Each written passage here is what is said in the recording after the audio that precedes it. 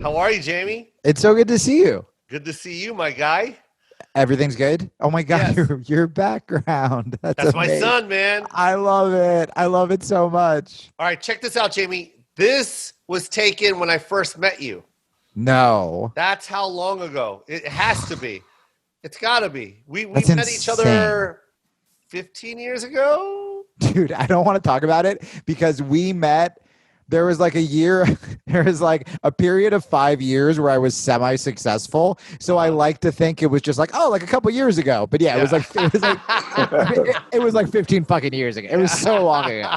But that's the cool thing, man. I know. I love being able to say things happened 17 years ago. I get off on it. I'm like, God damn, it's been 17 years. I just saw something the other day. It said 2003 on a flyer.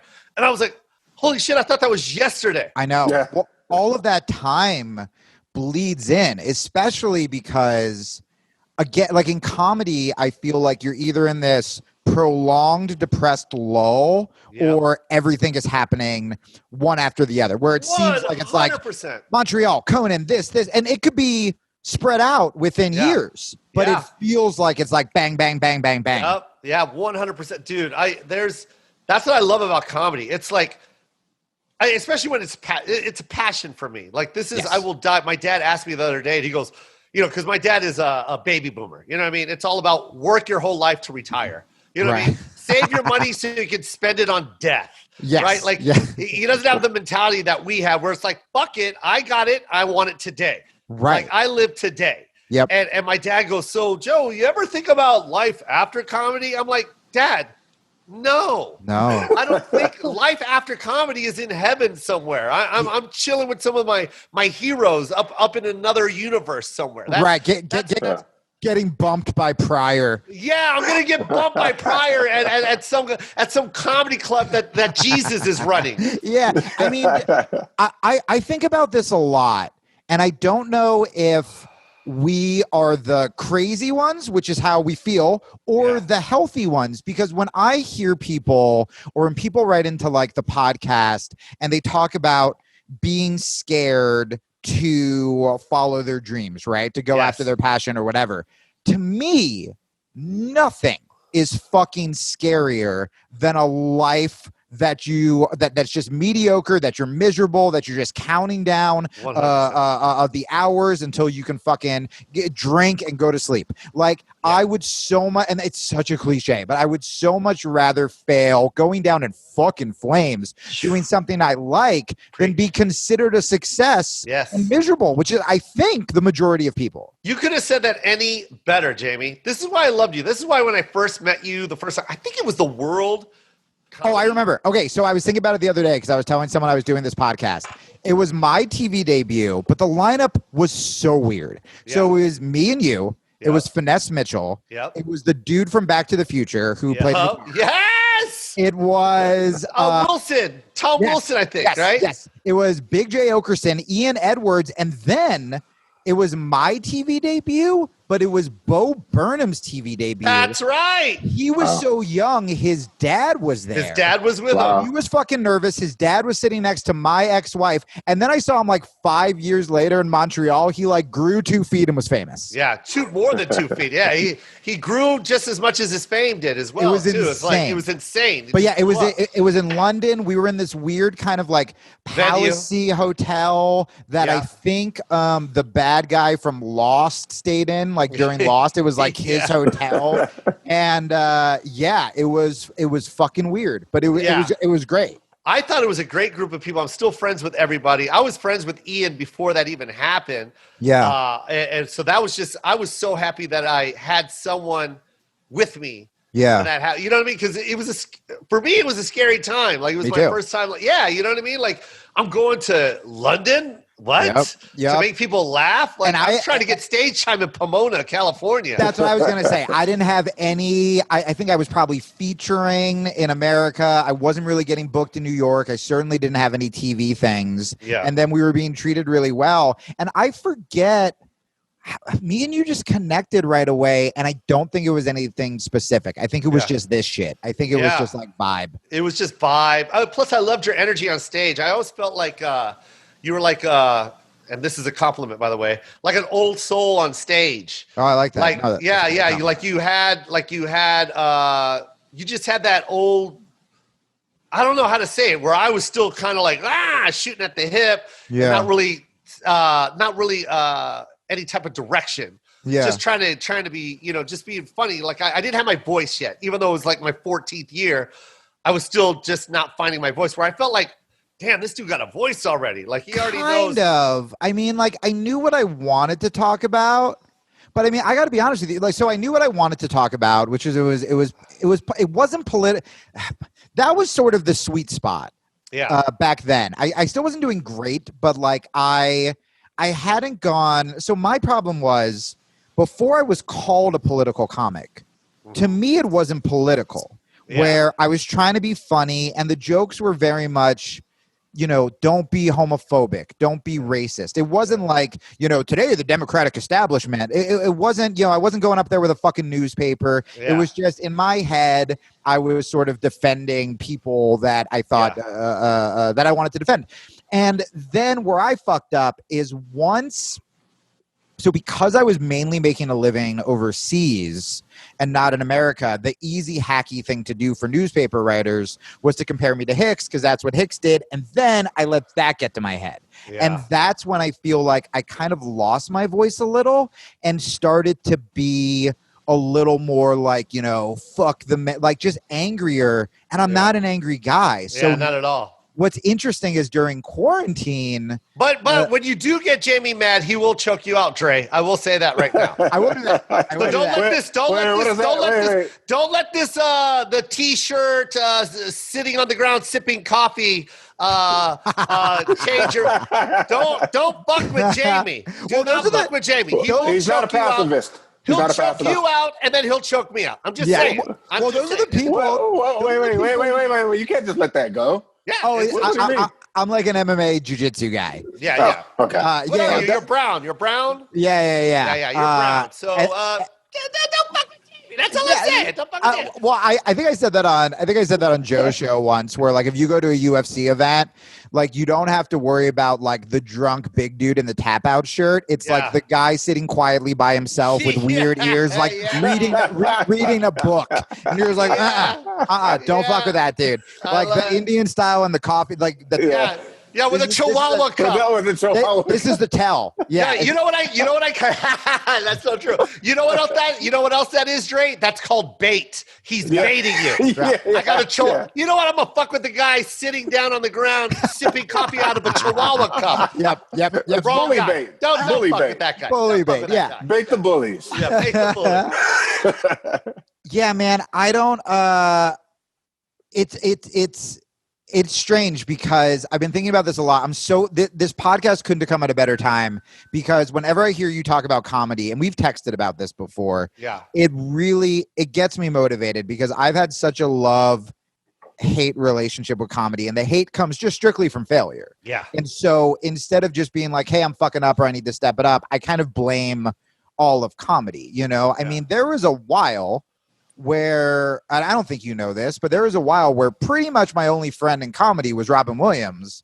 And he was the one every day on the phone, depression, telling me not to quit comedy. And then he dies, and I just go, fuck all of comedy, which is an insane thing to say, right? You can be mad at the industry. You can think certain comics are asshole.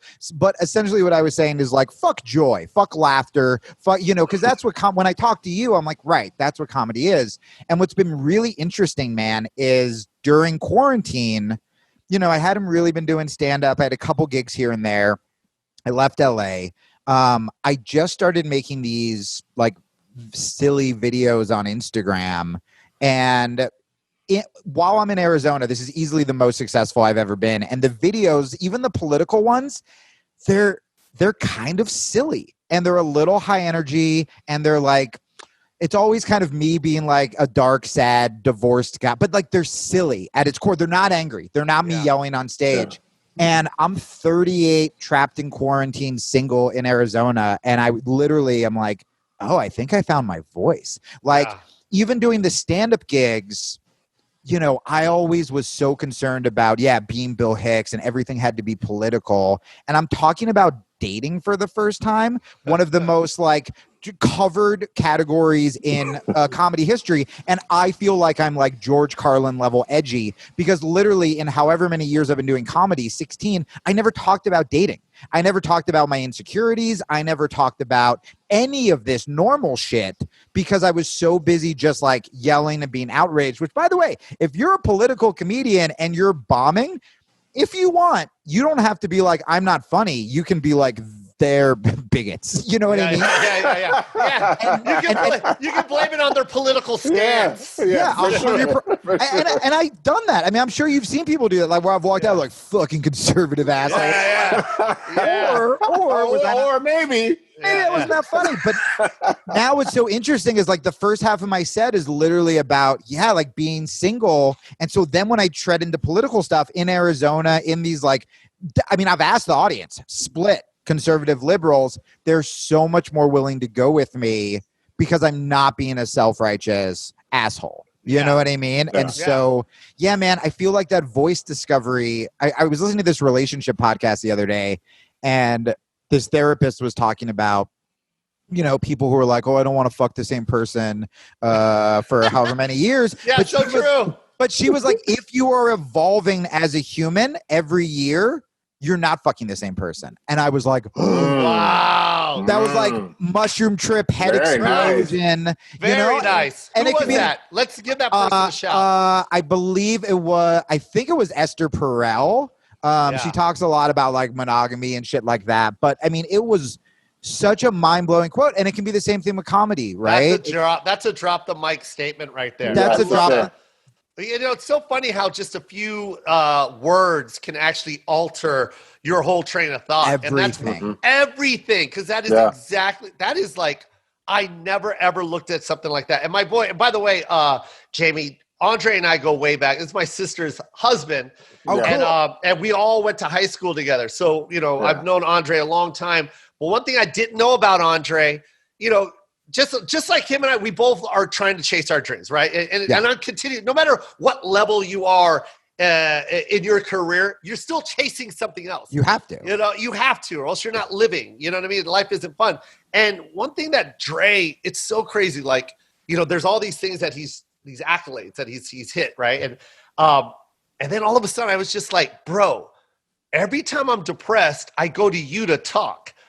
And because he just has this knack of saying the right shit and then playing the devil's advocate so well, where he doesn't take your side because I know you for so long. But let me tell you something. You did kind of fuck up here and there and there. I'm just saying. And I love that. I love that about, you know, Andre. Like Andre always has like these things that he says.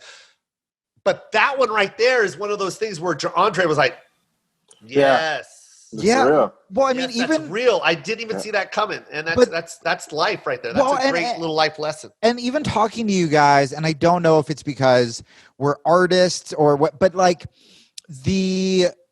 it's so rare. So if you look at the tribalism on Twitter, or whether it's political, whether it's whatever, comedy tribes now, the changing your mind or evolving is almost shunned nowadays, right? Where if you change your mind, there has to be some nefarious motive behind it. And the idea of growing or breaking out of your comfort zone is kind of, it's not really encouraged, you know? Like these conversations are so important because I think people, I mean, once I made my goal, like after the divorce, after everything, once I made the goal, just like get better every day. And it could be with comedy. It could just be like being nicer. It could be whatever. I love that. Life's fucking dope. Life is dope. And because you can't go wrong. No, you can't. And you always, oh man, I just said this before the pod started. You have a choice to whether it go wrong or good. You know what I mean? Everyone faces this one little obstacle every single day. And it's just one quick decision. Yeah. And that one decision will change your fucking life. Yep. Whether it being nice to somebody that you help cross the street, Yep. or witnessing something and walking away, whatever the case may be, it's that choice where you have the option to make that decision. Yes, and when it comes to self-care, because I assume if your audience is like mine and comedy fans, like 90% of you are depressed, which is when it comes to self-care, it's always doing the thing that your body is fighting. So what I mean by that is like when you are depressed, the common knowledge, right? What's usually said to you is, oh, just take a self-care day, watch Netflix, order a pizza, have a beer, relax. All of those things are depressants that you will crash from. 100%. And you will feel so much worse. Yeah, exactly. And so, I mean, this happened to me my first week back. I played the House of Comedy in like Minnesota, and I was at the Mall of America, and I was like on the precipice of being depressed. I was excited to be doing comedy again, but I was also depressed because you're living inside of a fucking mall. It was the Mall of America. I mean, dude, I've been there. I know what you're talking about. It's like, God damn it. There's a Foot Locker and a SeaWorld. What the fuck? I'm going to go eat a pizza? Yeah. And I was so depressed. Yeah. And in my head, I wasn't like, I'm depressed because I'm in the Mall of America. Not only the Mall of America, an empty Mall of America. Yeah, that's which is haunting. Yeah. Right? And so I would do the things that I'm like, you know what? No, I'm a comedian. I'm going to like have some drinks with the feature. I'm going to like go to this pizza place. And without even realizing it, even though like I was meditating, I was jogging in the morning, I got like really depressed. And I thought I was going to quit comedy. And then I got back and I was like, no, I think it was because like we forget alcohol is a literal depressant, right? So like last night I started to feel anxiety and depression, and I got invited to go roll with a couple like black belts who have been social distancing. And I was like, the last thing I want to do is go like get beat up by black belts or go do jiu-jitsu or meet new people. I just want to stay home. I'm depressed. And I had to fight to get out the door. And by the way, I wasn't like, I'm going to go to jiu-jitsu and kick ass. I'm like, just put your shorts on. And I went and I put my shorts on. Then I went back on the couch and I was like, just go out to the car and you can turn around. Got it. Like it was that kind of negotiating. Wow. Yeah. And then I went, had the fucking best time, trained well, trained hard, and like almost started crying on the way home because that's not what you think you do when you're depressed. The narrative is you stay home and you feel shitty about yourself, or you tweet that you're depressed, or you whatever, and you accept this story that I am a depressed person. Maybe you'll get some sympathy, maybe you'll get some likes and some dopamine and whatever, but you're going to wake up and you're going to still be depressed. Dude, I woke up at like 4:30 in the morning today and crushed it because yesterday when I was depressed, I did the hard thing. So like if you can just show a little bit of discipline to go take the walk, to go meditate, to go write, to go, whatever brings you happiness instead of doing what your body wants to do, which is nothing. Yeah. That's so true, man, because like most of the time it's easy to just slip in when you're in that space to just slip into exactly what is expected. And then what ends up happening is more things start to break down. It's circular. You start to break down mentally, you start to break down physically. And now you've got immune issues now. It's just it's a bad cycle. And then you blame it on, and then when you're more depressed, you go, oh, see, I'm the depressed person. It's like, yeah, but what if you went to the gym instead of like ordering the pizza? Then you wouldn't be able to do it. And it's this fucking self-fulfilling prophecy that, I mean, I've gone down so many times, man. I mean, the times that it's gotten like suicide-y bad were the times that it just felt like it was never going to go away. And that is usually when you kind of just stop taking care of yourself. But now, if I can check off the boxes of do something creative, do something mindful, do something physical every day, even while I'm depressed, like yesterday, I can be like, I'm aware I'm depressed. It's okay. I'm still going to do those things. And when I do those things, it doesn't absorb me as much. It's not like I'm a depressed person. I'm like, no, I'm a healthy person. The goal is to be happy. I'm just going through a rough spot. I'm going to go for a run. I'm still going to do the bullshit I have to do. And then the next day, it's just like, it's fine. It's cool. That was really good too. About recognizing it just as a moment, right? Instead of like thinking it's forever. Yep. You recognize like this is just a moment that I'm going through. But that's new. Like, Joe, do you ever, part of me, when I have this, I think I've probably even talked to you about this love-hate relationship with comedy, and I have to take some personal responsibility instead of blaming it on comedy. But can I interrupt you right there? Yeah, please. Because I think you just saying that right there is the number one reason why people hit depression so hard is never taking accountability. Yes. Always trying to find someone else to put shit on. Absolutely. When you know goddamn well it was your fault. Yeah. And when you don't do that, when you don't recognize the problem as you, then the depression just gets deeper and deeper and deeper because you're constantly, you're literally like in those, you remember the 70s movies when someone will slip into quicksand and they just can't get out of sand? You know what I mean? That's what you are. You're literally in a thing of quicksand and you're constantly trying to find someone else to blame it on. That right there is every MC who can't feature who's blaming like club owners and shit. Yes. Oh, this headliner doesn't want me to feature because I buried him. Yeah, it's because I told the cook to fuck off, and now he's good friends with the manager. And the bartender said I drank too much. And they tried to take money out of my check. Like, go fuck yourself. Don't offer me free drinks if you don't want me to get drunk. If you don't want me to drink, don't bring drinks. That's all. I didn't know I was going to have $1,000 tab, and I was supposed to go home with $150 for the whole weekend. I'm the reason why that place had a lot of people in it. I brought the office. I brought the office. My parents came out of the house for the first time.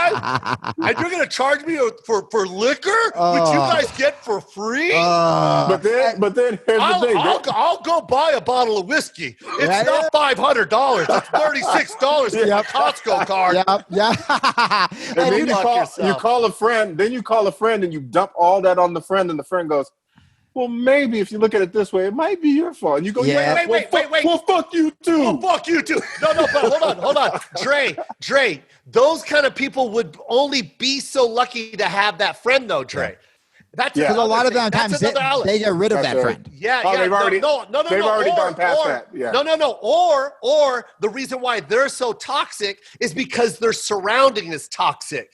So when they're complaining about the club owner charging them for all this money for liquor and stuff, then they go to their friend and the friend's like, "We didn't drink that much." There's other comedy clubs, bro. We'll go to them. They won't treat you like that.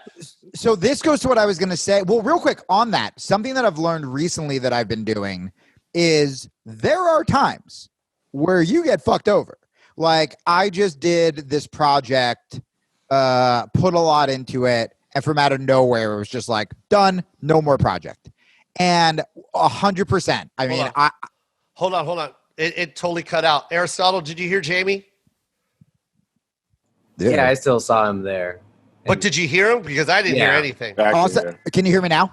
Yeah, I can. It was my connection. My bad, No, it's all good. No, I'll say it again. So I was doing this project, and I'm the first one to blame myself on anything. And this was just like, put my heart into it. Not my fault. Someone was an asshole. Project is no more. Yeah. And there are going to be times where it isn't your fault. And where someone dicks you over, or there is a shitty club owner, or someone says something about you that's not true, or whatever. And in those moments, you get to make the choice where for the first time, like you get to make that decision. And you can recognize, you can go, that person was a fucking asshole, right? Noted. But then you get to go, I'm going to go make something better. Yes. Yeah. You know, where it's like, if I could make this one thing and it was good, I'm going to make it better. And maybe you're harnessing a little bit of your shadow by being like, I want to fucking show those people, whatever. Yeah, for sure. But, okay, can I interrupt you, Jamie, on that? Please. Because that's another thing that people, like I said earlier, we all, every single day, you have to make a decision. And that decision is life-altering. You can go good or bad. Yes. But when you make that decision, you still have to swallow your pride just a little bit. 100%. A lot of people just cannot. They're too prideful. Prideful gets in the way for a legit decision. It's like, the guy, the club owner, he's a dick. But you know what? Mm-hmm. He also deals with about 300 fucking dickhead comics and about 30,000 fucking shitty patrons. And that doesn't give him an excuse to be the way he is. Yeah. But it does give him it should help you just make the right decision. Maybe you consider that, you know what I mean? And try and work around that. When my life completely just like crashed, tried to kill myself, all this stuff, I made the decision. I remember I was talking to my girlfriend at the time, and I was like, literally my only choices are kill myself or try to be the best version of myself, but with zero blame. Because you meet those people, man. You meet those people who are still blaming their ex-wives, who are still, and if you can lead a fucking life of forgiveness, of compassion, what if, yeah, like you just did for that club owner, you can actually be compassionate for these people who fucked you over and show forgiveness. It is like a goddamn superpower. It is. The people who are still blaming others, even if they succeed, they're never going to be happy because they're still going to have that spiteful, I hope that fucking bitch sees me. Ugh. Like, I don't want to be anywhere near those people. And so that's what I wanted to ask you, Joe, which is like, so part of the reason that comedy's hard for me is because, you know, when I'm locked away in Arizona and I'm doing MMA every day and I'm eating vegan and I'm meditating and I'm waking up at 5, it's great. And then I get back on the road and I'm around booze and I'm not training and I'm around shitty food. And that's hard for me. But then also the thing about stand-up, and you find special people. You find people like you or Ron Funches or, you know, these positive people. But a lot of times, you know, and again, the personal responsibility is I let myself kind of become this when I'm around it. A lot of times comics get off on being negative, on shit talking, on being fucking bitter on stage, right? A lot of times you're rewarded when you're complaining and making the audience feel better. And it's weird because now when I'm not doing comedy shows, I'm literally like meditating and watching Ram Dass. And then suddenly I'm back at a comedy club and I just, that urge to just, you know, shit talk and drink and like be, and that's when I was like that deepest in stand-up is when I was owning that depression as an identity or negativity as an identity, because then you get to go jujitsu that shit on stage and the audience loves it. You put out a positive tweet, you know, hey, go check out Joe's new Netflix special. It gets like 2 likes. But if I was like, you know, Joe said this offensive thing, fuck him, how dare he, whatever, it's going to trend. You get rewarded a lot in comedy and in just society for negativity. So I don't know if you just, you know, like, look, you've been doing this long enough. You're big enough that you can circumvent it, pick who you take out on the road with you, etc. But do you find that, or just what would your advice be? Like, let's just do that. I'll just ask you like my homie, which is like to avoid that kind of negativity in comedy. Because even when you said comedy is my life or like I love it so much, I had a moment today where I'm going to do shows for the first time since the Mall of America. And I was like, fuck, I really do love it. I just hate so much that surrounds it, you know? Yeah. Well, I've said this before, and I keep hammering it over the head every podcast. I feel, Dre, this is like going to be my 10th time saying this, but it's live from Seattle. You know what I mean? It was my 27th year in stand-up, and Netflix never offered to give me that special. And I kept going at them and asking them, and they finally just said, hey, we're out of space. We're going to go ahead and pass without even seeing my hour. And I just felt like that was that decision. That was that point where I could go on Twitter and be like, hey, you know what? Fuck Netflix. Everyone cancel your fuck you, Robbie Praw. Even though he has nothing to do with it. The sweetest man in the world. He's the reason for changing my life. But yet that moment, fuck you, Robbie Praw. I've had fuck you, Robbie moments. But he had nothing to do with that decision process. That was Netflix. And then but I could have went to Twitter, like you said, and just fought that and fed that demon and tell my fans, yo, fuck it, I'm going to Amazon or blah, blah, blah. Everyone cancel their Netflix subscription. I could have done that. I really could have. But I didn't. I went and paid for that special myself, man. What was important is that you saw the opportunity there. Yeah. So you didn't see it. But Dre, I saw the opportunity, but it wasn't a guarantee that I was going to get Netflix. No, not at all. So it was a gamble, and it was me identifying that, you know, if I become toxic, this decision can pretty much end my career. Yeah. And I had a lot riding on it. I had a son. I got to take care of a lot of people in my family, and I just knew that would have been the wrong decision. So yeah, it's identifying something like that, and knowing that it's toxic, before you hit the send button, really know that this little decision might change your fucking life, man. And Joe, I did the opposite. Like all of those years, I was so depressed and miserable and felt like a fucking failure that I would send those tweets because I wasn't getting validation. I'm with you on that stage or in the career or whatever. And so those dopamine, I mean, Robbie and I got into a fight on Twitter, and I didn't talk before he was even at Netflix. I mean, he gave me my first Montreal, my second Montreal, and we got into some political fight. And I publicly was like, fuck you. And we blocked each other. And then and only recently we talked to each other on Instagram and was like, that was insane. I see pictures of his little kids now. Like he was single when we were hanging out. And I sent so many of those comedians. I mean, I have to approach some comedians like I'm an alcoholic going through the steps being like, did I say anything to you on Twitter? Are we cool? Because I don't know. It was literally such a blackout where, because my career wasn't giving me validation, I'm like, well, I'll get some people being like, yeah, fuck yeah, on Twitter when I just lash out at someone randomly. And I did that shit all the time. And just like when you choose the fucking,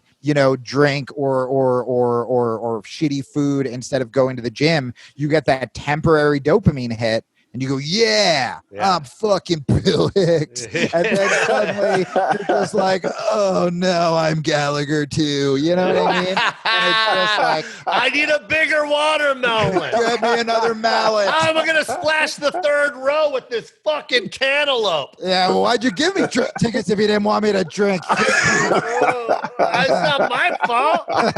Bro, so true. Your decision determines your future. Yep.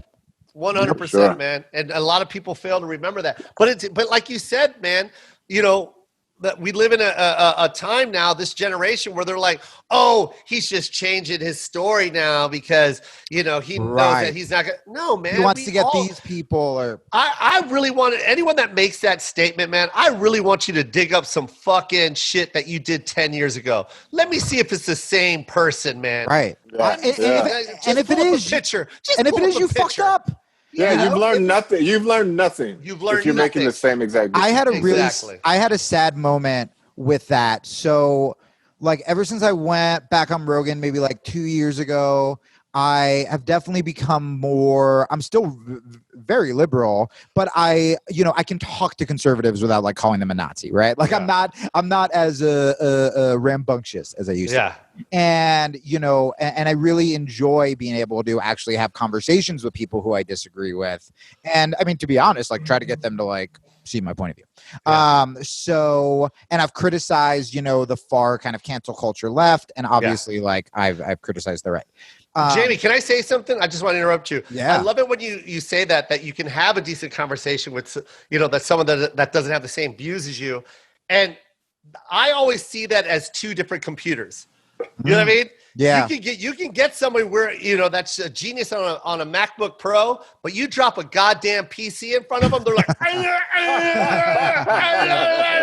and that's how I feel about politics. Yeah. It's you know what I mean? You understand a certain program and they understand a certain program, and you mesh the two together and the matrix just explodes. And also doesn't compute. No one is learning anything. No one is, you're just shouting talking points from each other. Exactly. I know on 100%. Twitter, when someone shoots something at me where I'm like, you're quoting a podcast you heard. That is not a thought you had. That is not at all. This is just, this is your go-to line or whatever. That's so funny. So what was really interesting is these comedy videos I've been making on Instagram. It's been, stuff about being lonely, stuff about quarantine, stuff about MMA, jiu-jitsu, and again, kind of sillier. So I got a ton of new UFC jiu-jitsu follower people and people who had no idea I was political back in the day, whatever. So George Floyd happens and I make some Black Lives Matter sketches because obviously I support the protests and, what's happening. I don't know when this is going to air, but with the NBA today is incredible. And it was pretty fucking tame. It wasn't old Jamie where I'm calling everyone a racist. It was pretty much talking about how the term Black Lives Matter, matter is a pretty low fucking bar. and a lot of white people are acting like, whatever. So I do these videos, and there were a couple people who either heard me on Rogan or sort of knew me as being a little more like nuanced now with politics, where instead of recognizing, hey, you can have nuanced views, right? You can be a Republican and think that racist shit is happening right now. You can be, whatever. The second I started talking about Black Lives Matter, some of these commenters were like, oh, looks like old feminist cuck Jamie's back. Or some people would be like, didn't you learn your lesson talking about politics? And it was so disheartening to me that it's like, wow, man, real people, real lives, people being killed in the street, you literally just see as part of a left versus right chart. Yeah. I hate that, man. Like the only reason I would be pro this issue is because I'm going to be on this team, as opposed to, no, you can be a compassionate individual who, no matter who you vote for, sees some bullshit and speaks out against that bullshit, where it's like, that's how divided we've become, that you're not allowed to, if you have this one view, if you go, the murder of George Floyd was disgusting, that automatically means that I'm back in, this camp. Or it's so gross, where we've stopped seeing everything is a Twitter argument, an issue, a podcast quote. It's not like, no, we're just looking out for people, Yeah.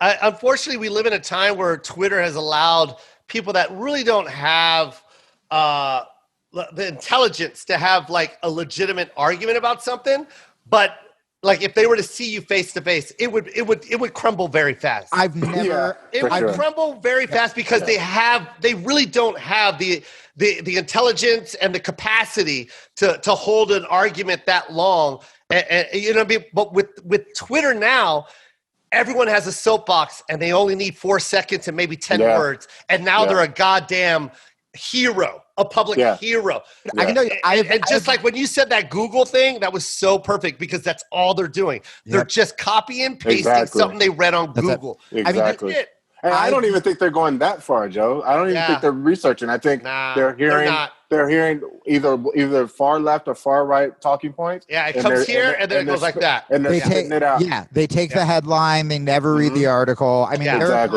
there are times I've posted stuff where they've said the exact opposite, and I'm like, "Did you read the article?" And they're like, "No."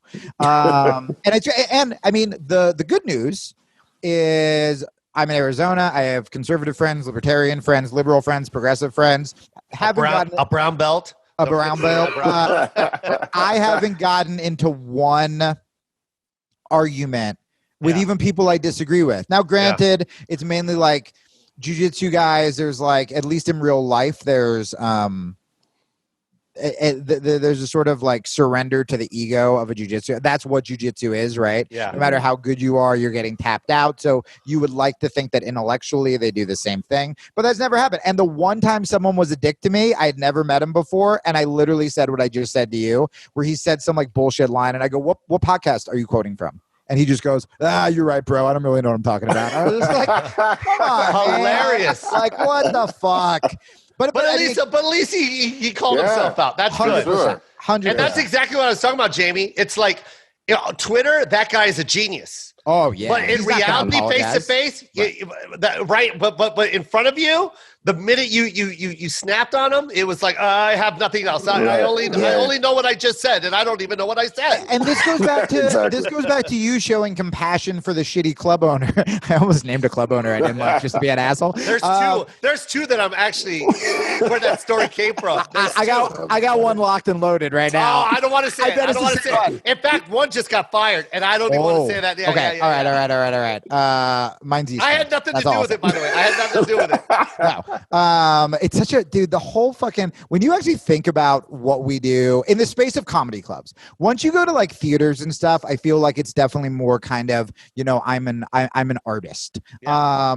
But when you actually just think about comedy clubs and the drink minimum and the check spot and telling a story about your family while someone's eating a mozzarella stick and just how weird the whole fucking thing, like, it's so weird. It's and the so club weird. owners who when you meet get a club owner that's a comedy fan, it's so nice.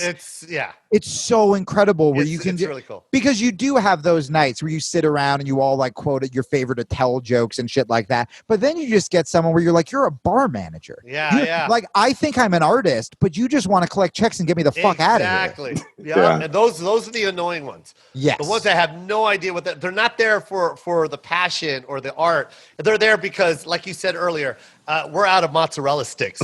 Yeah. It's a management game. Yeah, Jamie's here and he's got a mozzarella stick kind of fan base. Yeah. So we loaded up. All the vegetarians. Yeah. But hey, Jo Koy's coming. We ordered 1,500 pounds of jasmine rice. What the fuck are you talking about? Why? Why did you do that? You don't even have rice dishes on the menu. It's Rice Wednesday. Rice is Rice Wednesday, man. Like, come on, man. And I think about that with the industry too, where it's like, man, when you find a manager or agent or someone at a network that's like a fucking comedy fan, it's so beautiful, but you forget that half the people rejecting you where you could get bitter, it's like, it's just a middle management job where they don't want to get fired. Yeah. You know, and it happens to be comedy because they happen to be born in LA and like we're going through a comedy boom. Yeah. But they aren't necessarily I mean, that's why like I feel like when you put up the money for your like shit like that is important. And there's kind of this like rebellion. And you know, I think one of the reasons that I keep sort of quitting comedy and getting depressed or whatever is no matter how much of a rebel that I thought I've been at certain points of my career, I still got fucking dad issues and I'm still depressed and I still want validation. So right now, the podcasts, everything I'm doing, it's the best it's ever been. And I'm not in LA. I'm in Arizona. I'm in the mountains. And the reason it's the best is because I'm not thinking about what people think. Because my agent doesn't call me back. I am not going to comedy clubs. And I'm literally, it seems like I'm performing for no one. So that's why the Instagram videos are in my voice. That's why I finally named the podcast what I wanted to name it instead of just being the Jamie Kilstein podcast. You know, all of these chances I wanted to take, I'm like, I don't give a fuck. I'm in the mountains. It doesn't matter. And so things are getting better. Now, as things are getting better, there's still that part of my voice that's like, and now I really got to get my agent to call me back and maybe I should move to LA. I'm like, how do I get that Netflix, like, 15-minute or whatever, instead of recognizing like, hey man, maybe the reason things are going well is because you stopped caring about that. And shit's just coming to you because you're doing what you want to do. I still have that part that wants to get validated by the industry or wants to show people that I can do it, as opposed to just having the balls to be like, I'm just going to do it myself. And then we'll see what happens. And then when they do come, I'm going to be able to continue to be myself instead of change to what I think will get me a Netflix special or whatever. But it's hard. Joe, in this new reality, I'm going to talk about online therapy with BetterHelp. Yeah. We all need that. You know, we're in a time where a lot of people are in their heads right now. It's a hard time for a lot of people. And the best way to get help is to talk to someone, and not a lot of us have someone to talk to. So I do love this new sponsor. Why don't you tell them about it? Well, it's great. They're BetterHelp. They will assess your needs and match you with your own licensed professional therapist. You can start communicating in under 48 hours. It's not a crisis line. It's not self-help. It's professional counseling done securely online. Yes. Just great because, everything has really got to be online these days, and they're already set up for it. There's a broad range of expertise available, which may or may not be locally available to you in many areas. The service is available for clients worldwide. Yes, and you know what's also crazy is I get therapy. You know what I mean? Everyone, me too. And I strongly preach it all the time. Sometimes you can't talk to your best friend, you can't talk to your girlfriend, you can't talk to a family member. You need to talk to someone that's not gonna show bias, right? You know what I mean? Independent observer. You need someone to just be on the outside, hear your story, and then give a nice, beautiful, objective suggestion. And one thing that annoys me is when you're having these type of issues or these type of thoughts, that long drive there or waiting in the lobby. Yes. Like sometimes that's what I love kind the of best about depression. BetterHelp. And that's why, like, sometimes, like, when I'm going through that, sometimes I turn around and I'm like, I ain't got time for this. The cool thing about this is you can log right on and get right to it. You can message your therapist anytime. You can be like, I need to get this off my chest, and just pull it out. Just log in, and in the middle of the night, you got to say your thing. You say it, and you can set it up for your next session. It's great. You'll get timely and thoughtful responses. Plus, you can schedule weekly video or phone sessions, so you won't ever have to wait in that waiting room. BetterHelp is committed to facilitating great therapeutic matches, so they make it easy and free to change counselors if needed, which is obviously super important. You need that really good match, with a really good counselor. And it's more affordable than traditional offline counseling, and financial aid is available. BetterHelp wants you to start living a happier life today. And you can visit betterhelp.com/koypond. That's BetterHelp, HELP/koypond, and join the over 1 million people taking charge of their mental health with the help of an experienced professional. Do it, you guys. Nothing better than a healthy mind. It's the most important thing. Yep. Be healthy. Help yourself, and BetterHelp is there to help you. Yep. And in fact, it's working so well that they are actually recruiting additional counselors in all 50 states. And there's a special offer for the Koy Pond listeners. They get 10% off your first month at betterhelp.com/koypond. Nice. Joe, as folks adapt to this changing world, we're all going to be buying more stuff online than ever before. And if you're an e-commerce seller, you got to be ready for the demands to meet the new delivery culture that we're in. And you can be ready with ShipStation. ShipStation takes care of everything. No more long walks to the post office. No more waiting for. This is a do-it-yourself type situation when it comes to mailing stuff. When you're selling online, getting a lot of orders out fast can be tough, and that's why you got to use ShipStation. How do you keep track of who gets what? Which shipping carrier should you use? Are you getting the best rates? ShipStation settles all that stuff for you. It is the fastest, easiest, and most affordable way to manage and ship your orders. Just a few clicks, and you'll be managing your orders, printing out labels, and getting your product to happy customers. ShipStation makes it easy. ShipStation is the only station. You guys use it. I do. You're going to love it.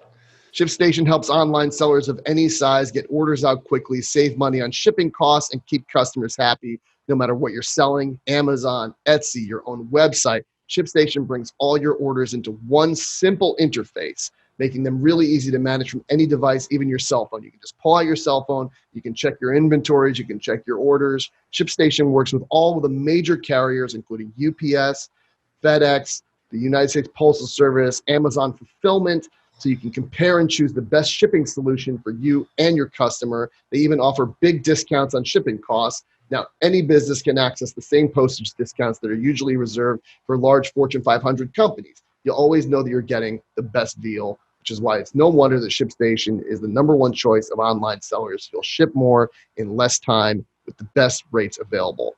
Now, ShipStation, everyone. ShipStation. You want your business to blow up? Use ShipStation. Guaranteed satisfaction. They got that code for you. Right now, the Koy Pond listeners can try ShipStation free for 60 days when you use offer code KoyPond, KOYPOND, you guys. Yep. Just go to ShipStation.com, then enter the offer code KoyPond. ShipStation.com. Make ship happen.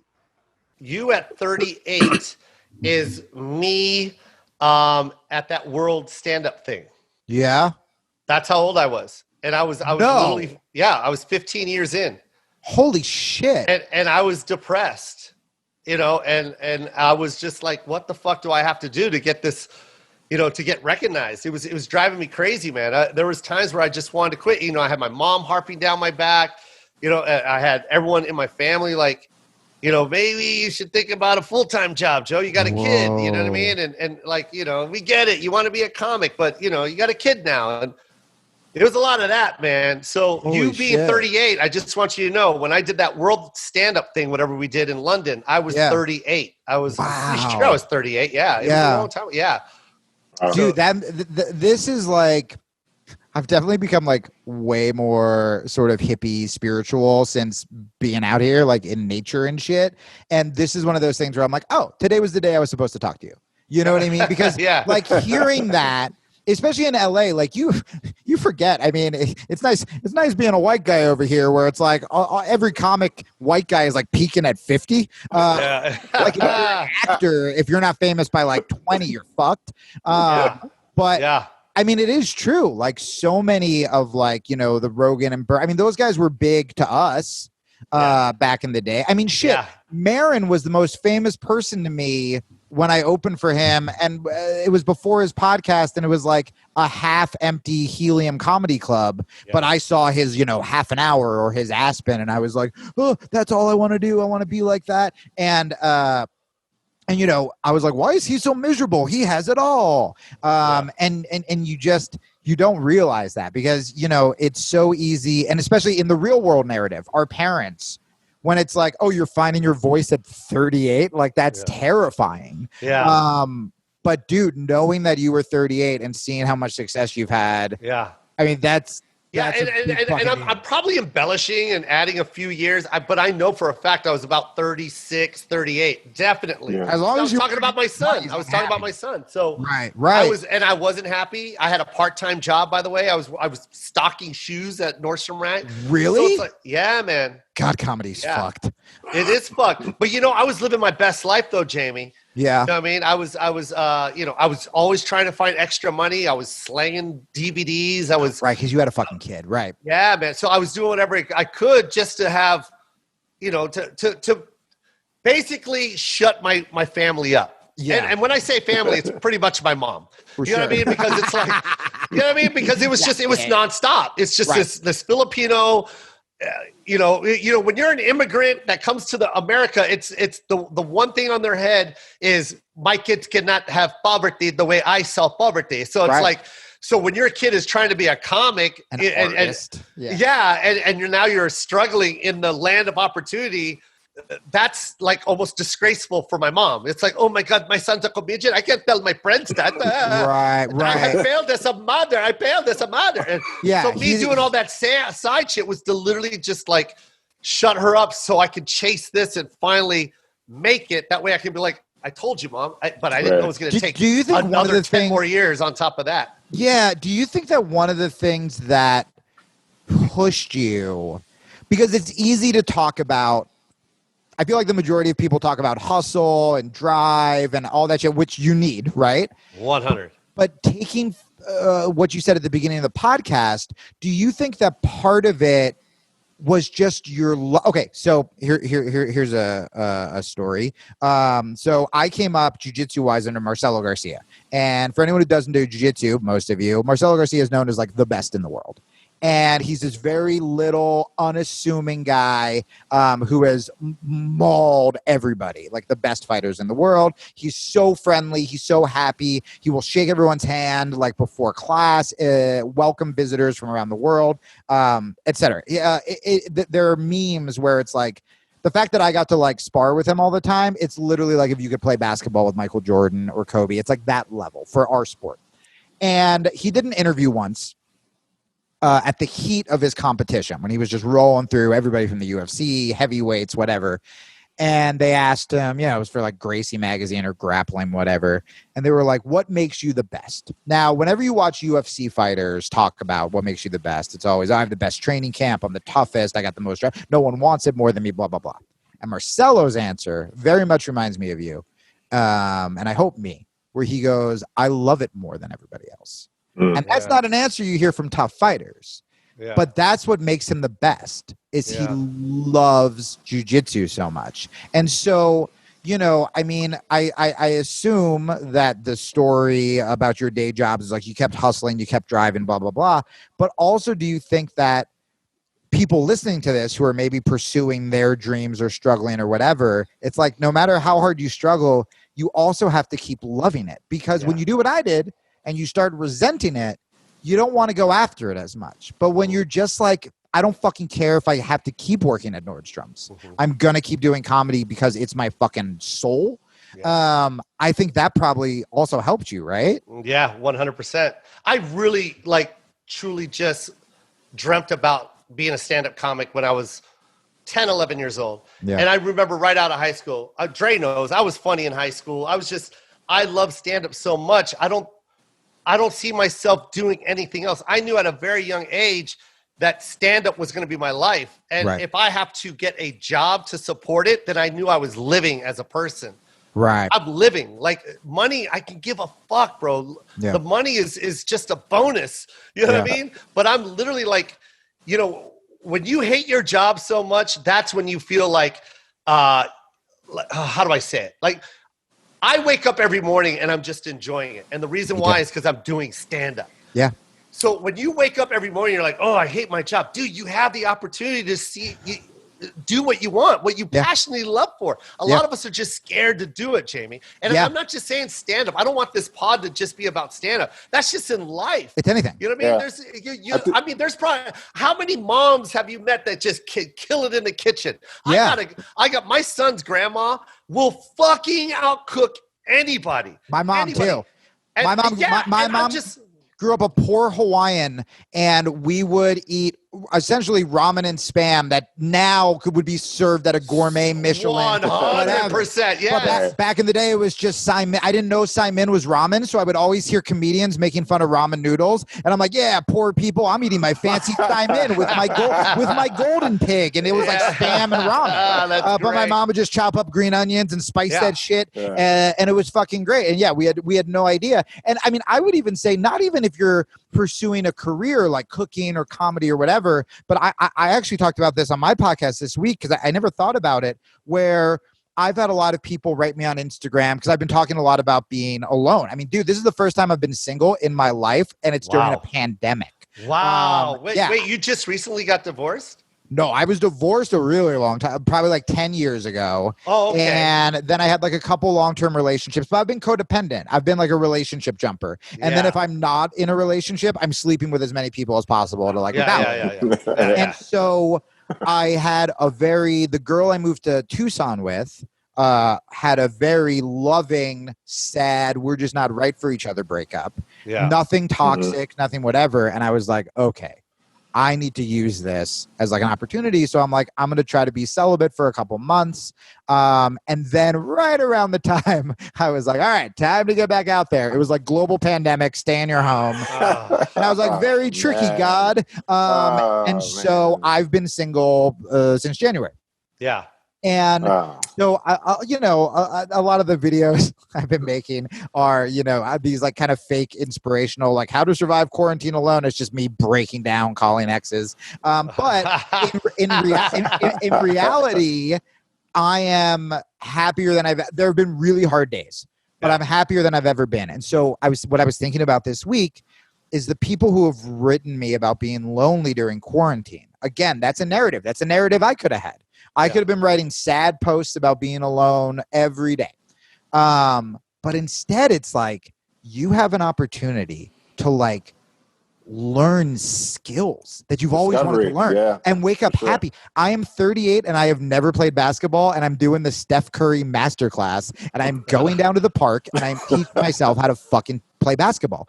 I wanted to eat healthier, so I'm teaching myself how to fucking cook, not just throw ingredients together because that's not good. I bought a fucking cutting board for the first time in my life, like literally teaching myself how to cook. And the times I'm lonely, I'm like meditating. And instead of meditating because I'm anxious, I'm like reading about meditating and spirituality. I mean, this is a fucking goddamn opportunity if you want it to be. And I think that people are so used to either being here's what it is too. It's what you were talking about with the shitty hypothetical comic surrounding himself with other shitty hypothetical comics. If you are surrounded by people who, by the way, I hate hypothetical comics. They're the worst. Yeah. They're the fucking worst. They feel like they're not even there, but they are. Hypothetically speaking, by the way. Yeah. Once again, I got names, East Coast. And so you want to, if you surround yourself with people who, when you go, hey man, I kind of want to like eat healthier, and they're like, come on, don't be a fucking piece of shit, like eat this burger with me. Or if you're like, I want to quit drinking, and they're like, oh fucking pussy. Or I want to get married and have kids. Oh, it looks like we lost Tommy to pussy. Like all this stuff. It's like they're just miserable, and you need to hang out with other people. They're hilarious, by the way. They say funny things. The funniest from afar. Yeah, from afar. But, so many people, they're scared started to move forward, dude, I have a friend whose like husband is trying to get her to stop doing jujitsu, and it's like the happiest she's ever been, and it's just because like homie's that's insecure jealousy, and jealous. by the way. 100%. That's all that is. 100%. Like, whenever someone asks another person to quit something, it's because of their insecurity. 100%. Yep. I had a girlfriend. I had a girlfriend in LA. Like, okay, so this guy's probably jealous because she's around a bunch of guys who can like beat him up, right? Or I had a really jealous girlfriend who, when I was going to hot yoga, she was freaking out because it's just like all hot girls in LA. But then she started to get jealous, and I would placate it. I'd be like, because I just didn't want her to leave me. So I was like, okay, babe, I won't go to yoga anymore. And she's like, well, I don't understand. Why do you have to bring your brown belt to yoga? And it's like, it's for conversation. It starts, dude, side note, the most LA thing I ever saw, I went to a hot yoga place, and there was a shirtless dude with blonde hair trying to like hit up this girl. And I swear to God, there was an acoustic guitar on the wall of the hot yoga place. And just like he casually took it off the wall. Like, what the fuck is happening? But so, this chick I was with, okay, so we can talk about jealousy and all that stuff. To your point, she didn't want me. I wanted to start to get up early to meditate. It was when I discovered meditation, and she would get mad at that. Wow. And that's when you realize, control. Yeah, it's complete control. And you realize that, like, and dude, she was so much hotter than me. Like, I was telling her every time she got jealous, I was like, I'm not looking at anyone else. I literally just don't want you to leave. Like, I'm unhealthily breaking away from like girlfriends. I was like, you have nothing to worry about. But then when the meditation thing happened, you realize that we can look at jealousy as, you know, the obvious, oh, we're afraid our partner's going to fuck someone else. But what it really comes down to is when you're that insecure, it's like, I don't want you to become a better human because she didn't want you to outgrow her.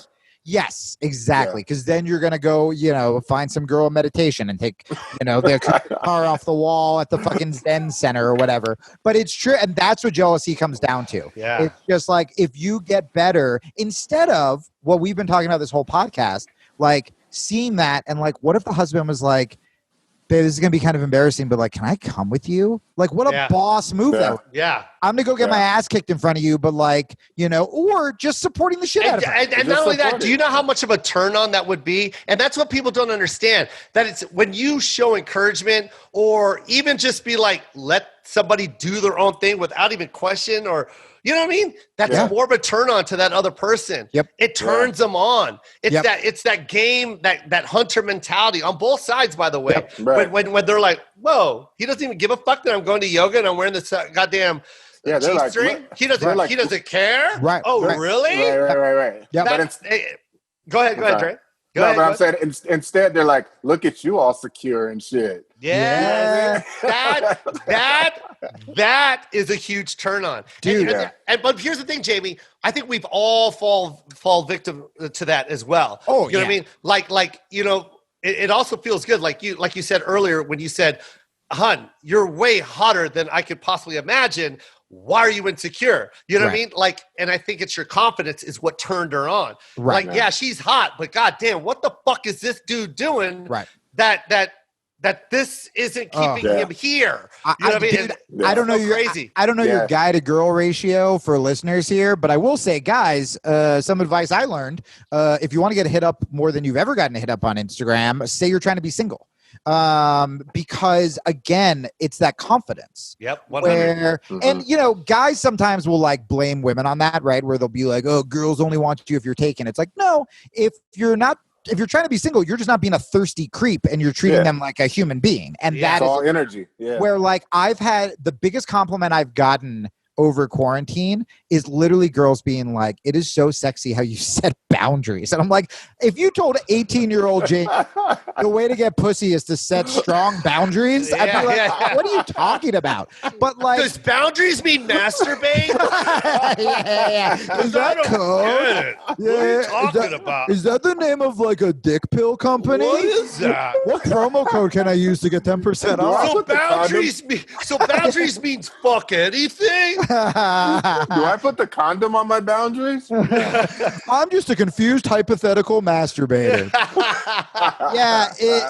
it's wild, man, because like it all the times and again, these are cliches where if you're desperate, if you're doing comedy because you want to get famous, if you're, I hate those people. if you're talking to a girl because you want to get laid, like all that shit, maybe it'll work sometimes, but for the most part it backfires. But if you're just trying to be like the best version of yourself, you'll find a fucking cooler girl. If you're doing comedy because you love it, eventually you will say, Henry Rollins told me that. Henry Rollins goes, literally all you have to do is not quit and you will make it. Maybe you won't be the most famous in the world, but like just don't quit.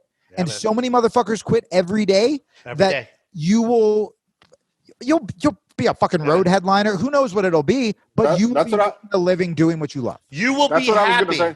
You'll be happy. I was gonna say earlier is that there's people that are like results driven, and those are the people that are always looking at like, what am I gonna get out of it? And then as opposed to people that are process driven, who actually love what they're doing. You love the process of doing it. Process driven is such a good word for it. Yeah. And another thing that a lot of people that quit is they base success on monetization, like money. Yeah. Money is success. No, it's not, man. Success is doing what you passionately love. Whatever it is that you dreamt of, whatever it is that you were like, oh my God, I would love if I could do that for the rest of my life. And you start doing it for the rest of your life and you're cool with it, not getting any money, then you're a success. That is successful. I mean, me and you are on far different levels success-wise, but we wake up happy for the same reason.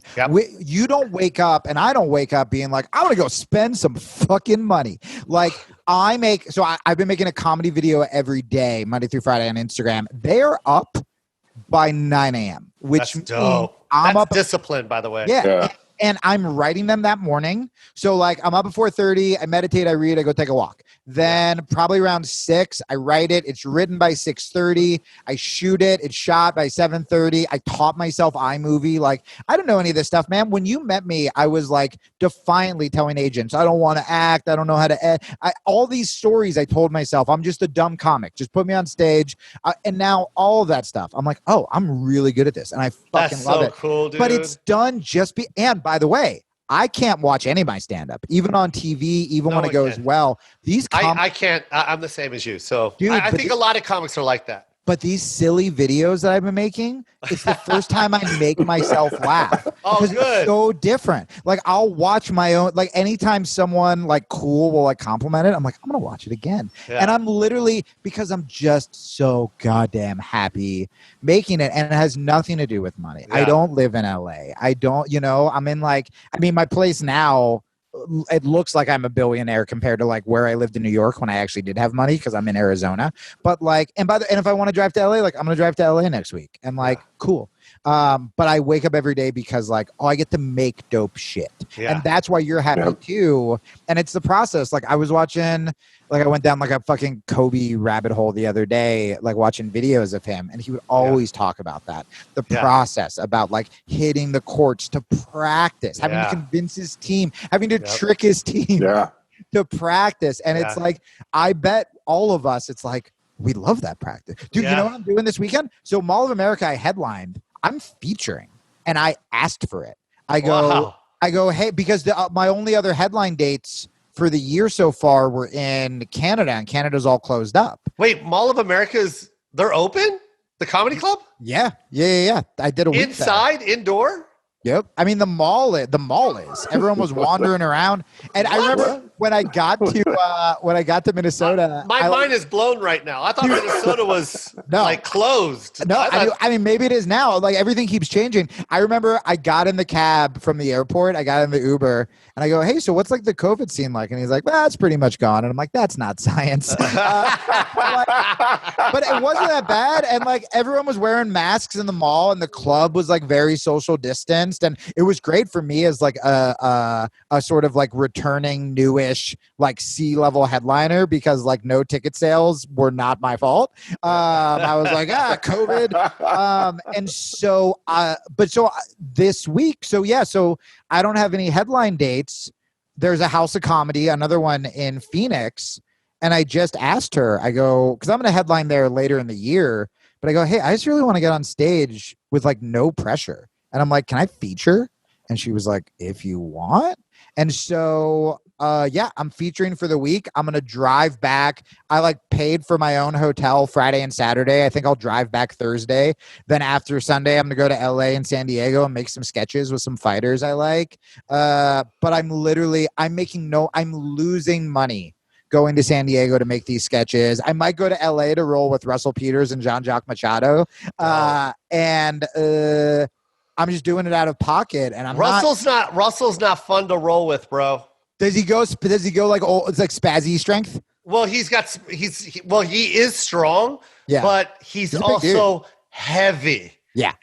So when he's on top, he's there forever. Oh, buddy, you got to start doing what I do, which is if I'm rolling with someone big and we like start on the ground, the second we slap hands, I stand up. Oh. There's no rule that says I can't stand up. I literally go slap, bump, and then I stand up. Yeah. And then if they try to stand up, I just tackle them before they do. And I'm like, great. I'm not letting him get on. If you think for a second I'm letting Russell Peters on top of me, you're out of your goddamn mind. It's the most disgusting thing in the world. I will say this about Russell. Thank God they let you wear the rash guards underneath, man, underneath the gi, because his hairs are a weapon. The idea it is a weapon. It will scratch you. Yep. It'll intimidate you. It will annoy you. The idea of Russell Peters holding me in side control while doing like crowd work to the rest of the crowd is a literal nightmare. Biggest mistake ever was letting him just he's not fun. He's also he's the sweet. I only did a podcast interview with him. And then he like sent me his number, and he's like, "You got to roll with Jean-Jacques." I'm like, "All right." So I literally may just drive. I'm shooting videos in San Diego. I may just drive to LA to do that. But the point is, like, I'm losing money. I'm featuring. By the way, I could be that asshole where like I show up and be like, "Well, I'm usually a headliner." No, dude. I am so excited to be a fucking feature. I am so excited to just do jokes to a new audience who's not there to see me. And again, and I'm not rolling in money, like, but it's the process, man. Like the idea of featuring for a week, I cannot tell you how excited I am. Can I also tell you this? This is what I love about this particular podcast, because we're actually inside your home right now. And the reason why I knew you were single before you said you were single, because your phone charger is gently placed next to a pillow on your couch. Oh, you're right. Which is plugged into the wall behind it, which means that plug never leaves, because if you ever move the couch, you ain't getting that goddamn plug. It's been there for so right. It's probably been plugged in there since January 17th. Since the breakup. Yeah. And then my weird single guy tapestry as well. Yeah, and is that an orange? Is that some type of fruit right above it? It is a lacrosse ball for my old single broken body, because no one will massage me. So this is literally, there might as well just be like a porn magazine. Yeah, that yellow pillow probably smells like breath and spit. Laying on it. That's my lacrosse ball. That's my cum pillow, and that's my sad midlife crisis tapestry.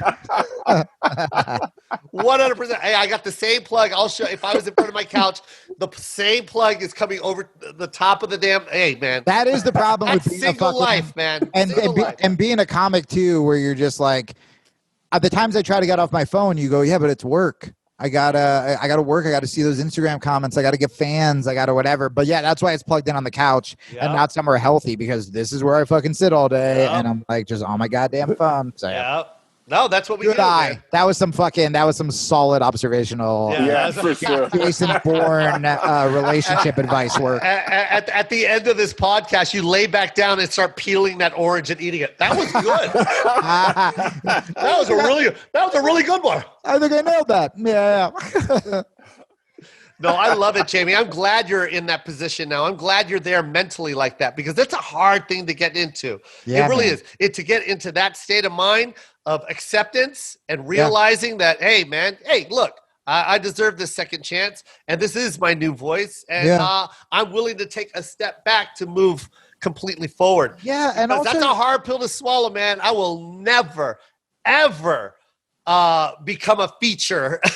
Yeah. You know what I mean? I can't I remember when I was an MC Wait. Can I just save myself because I don't want to sound like I will never be a feature. No. What I'm saying is the life of a feature is a rough. I was there, bro. Oh, you know what I mean? Like the people we're talking to don't understand that lifestyle. Well, let's just say you're barely getting enough to eat. It's an investment process. You're an intern, basically. You're an intern, and even new headliner, like. When I first got offered, $1,200 for a week and flight, I thought I was so rich until I did the math on how much I'm getting paid a show.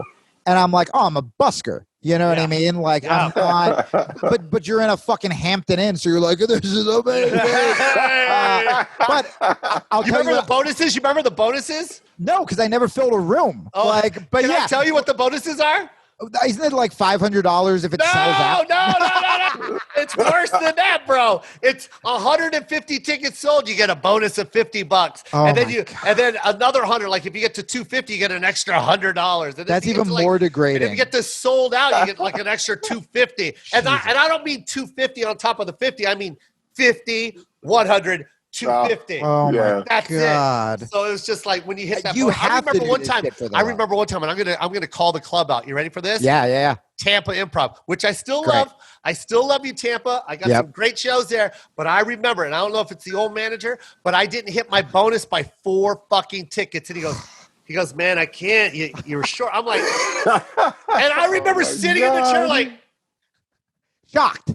Are you fucking kidding me, man? Like, it was $50 dollars, like $75 extra dollars, man. It was just. That's insane, dude. That's insane. Yeah. By the way, Tampa Improv, if you're listening, I don't care. I'll get COVID. I'll go to your weird fucking state. I don't care.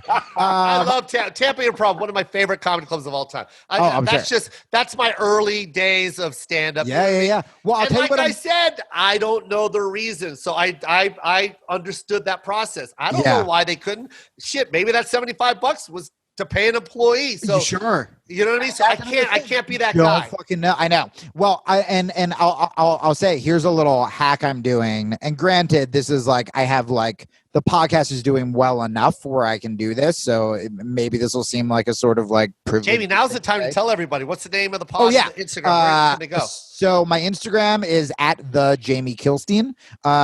Which means you were late getting your name. I was late getting my dude. I was anyone with the or Jamie Kilstein comic. Jamie Kilstein comic. Jamie Kilstein comic. Oh, that's so funny. Yeah, you're right. No, or Jamie Kilstein for real, like Kevin Hart for real. Yeah. Well, I was on Twitter, so my biggest following is on Twitter because I was on Twitter yelling at everybody. You follow me on Twitter. You better fucking follow me on Instagram after this. Yeah. Okay. Right now. But my Instagram before quarantine, I mean, it's only at like 10,000 followers, but before quarantine, it was at 1,000 followers. Really? It was just because I started making these videos. And what's cool is those fans are real fans. It wasn't like, Rogan posted me and so people just followed me and then were like, who's this cuck? Like it was that, yeah, baby, that's me. Hold on. You ready? Yep. Yeah. Can I tell you, when I mentioned I was going to be on your podcast, the amount of Filipinos that I didn't know who followed me, wrote me so excited that even doing that, I'm like, oh, I'm going to look so cool tomorrow. But so here's my hack to do the shitty thing. Oh, and the podcast. Sorry. So the podcast is called A Fuck Up's Guide to Self-Help. So you can go to afuckupsguide.com or just A Fuck Up's Guide to Self-Help on iTunes and Stitcher and Spotify. And it's this. Like we could literally take this conversation and just put it on there. Like it's being vulnerable and open about our bullshit to help the community get through their bullshit. And it's great. It's awesome. Like I love the fans so much. By the way, being vulnerable is very hard, man.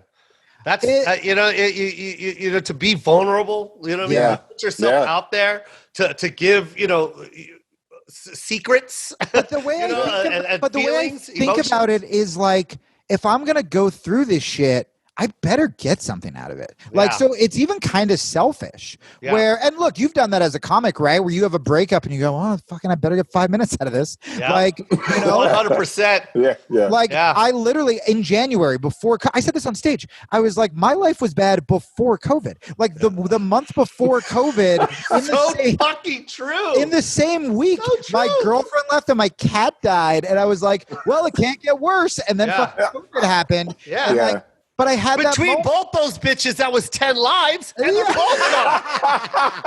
Oh my God. And the worst is every time my poor girlfriend saw me crying, it was about the cat, but I had to pretend it was about her. So she'd be like, we're still going to be friends. And I'm like, what? I still am. I saw a fucking picture. His name was Talib Kitty after the rapper Talib Kweli. And like, I saw a picture of him yesterday and like still got upset. But I had that moment, just like I had the moment with the divorce, just like I'll have the moment in the Mall of America where I'm like, this is so bad if I don't get something out of it. And by the way, that something might not be for me. Yeah. It might be I will share this after Mall of America. I thought I was going to quit comedy. So it's not like I'm like, oh, I'm going to leverage this into more comedy. I was like, I'm going to tell my Instagram that I almost killed myself. And the amount of emails I got that were like, dude, I felt that way this week. It's like, there you go. That's what I got out of it, you know? And so that's why I'm vulnerable. Yeah. No, I love it. I love maybe that it's more selfish, but it's like I'm a lot of people can't do that, Jamie. A lot of people can't do that. Most people can't do that. Most people can't. I had a guy write me. I wrote something about one of the videos I did was like a guy's reaction to like the new Taylor Swift album, and like 100% involved me crying to the new Taylor Swift album. And this guy wrote me a very earnest email where he's like, dude, it's so cool you can talk about like crying or listening to that. And I started DMing him because I was just like, that's so sad to me. And that's why, by the way, like we don't talk a lot about like, you know, male suicide and depression. And like, I get it that there's other shit going on. But if guys can't feel like they can cry or talk about it or, you know, whatever, it's like own that. By the way, again, chicks dig vulnerability, but like you have to talk about it or else you're going to go fucking crazy. All those guys that go fucking nuts, it's because it's just years of just pent up. Like, you know, when you do jiu-jitsu, you can tell the second you go to roll with someone, you're like, hey man, good roll. And you just feel like slap. Then you're just like, oh, fuck, who are you working this? What dad bullshit are you going to try to take out on me right now? Like this isn't about me. Show me the person that you're trying to choke out right now. Is it on Instagram? Give me the Facebook page. Who is it? Who is it that you're trying to tap out right now? Oh my God. Oh, so here's my hack though. This is what I'm going to do for featuring. This is what I'm going to do to get through it is I'm going to make it as great as I can. Right. So I'll still make a little bit of money, but I got so features don't get put up when we were talking about, you know, the first time I featured, I literally slept in Doug Stanhope's bed, not in the twin bed next to Doug Stanhope. I slept in Doug Stanhope's bed. Oh, that's great. And, you guys shared a king together. And he's just such a road guy that he's like, well, I only use half of it. And I was like, in my head, when this was happening, I'm like, I guess these are the fucking stories you hear and something terrible is about to happen, but like, he's my favorite comic. So here we go. And I want to interrupt you real quick again. Because you just brought up one of my favorite comics, Doug.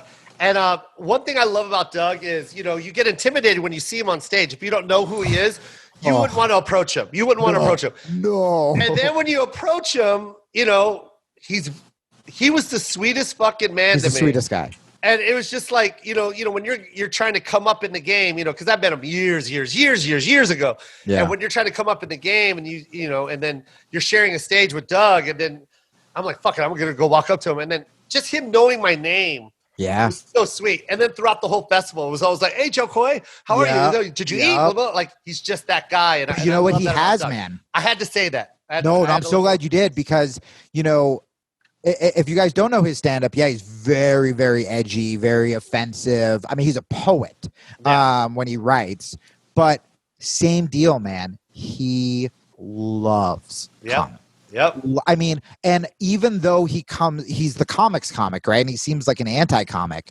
the comics he will be every festival I've done with him. He's at every late night show. Yep. He's watching all the comics. I mean, that's how he found me. And like he will. I remember the first time I opened for him was in Baltimore, and he just like him and Dave Attell just have phone calls together, and they just talk about comedy on the phone like two old men. It's fucking incredible. But the so what I'm gonna do is out of pocket. I'm gonna get a hotel Friday and Saturday. Now that's not because I can't drive back Thursday, Friday. It's a 2-hour drive, but it's because I'm going in as a feature, but because I have such belief that this comeback is going to be real, I'm going to spend the money and I'm going to feel like a fucking headliner. I'm going to be in a nice hotel. I'm going to wake up every day. I'm going to write in the restaurant. And then with San Diego, like making no money to go tape, with these fighters, but I get to train with my favorite fighters, and I'm going to think of it as a vacation. I'm going to go to the fucking ocean every day. I'm going to whatever. And then I get to do these dope things. So like you have to, if you're going to be putting in the time or backstepping or whatever, how can you still visualize your future? In that hotel, I'm going to be like, this is the hotel I'm going to stay at when I'm headlining. I love that. Again, or manifest it indirectly. But here's the thing. Whenever you do stuff like that, you also have to believe that you're doing it genuinely. Like if you're doing it, because a lot of these motherfuckers that they do it from fear. Well, they also hear these kind of conversations that are like, oh, so all I have to do is think about it and it'll come true. It's like, no, man, I want a Porsche. I didn't get a fucking Porsche. No, you have God is bullshit. Yeah, you still have to do the work. Yeah, you got to fucking lay the foundation and fucking, you have to invest in yourself, and that manifestation will come true eventually. Just like that one guy said to you when Henry Rollins said it to you, just stay with it. Yeah. It'll come. I'm so glad you said this. I mean, I don't talk about this on many podcasts, but like I had a feeling you'd vibe with it. Whenever I talk about like manifesting, I always frame it with sports psychology, because that's much more like tangible to people because it's real, it's science. Yes. Where the problem with The Secret is I think people they get entitled where they go, I'm just gonna wish for it and then it's magically gonna come. It's supposed to come. Yeah. What sports psychology says, no, if you visualize it, and you can do it, you're just going to do it harder, right? So, so here's an example. And I didn't realize, this is before I even read about manifestation, but the first time I met Robin, I was headlining the Punchline. Someone told me Robin Williams was in town. His stand-up, nothing like mine. I didn't think we knew anybody, right? But something inside me was like, I'm going to get Robin Williams my fucking show. And I walked down to the pier by the Punchline.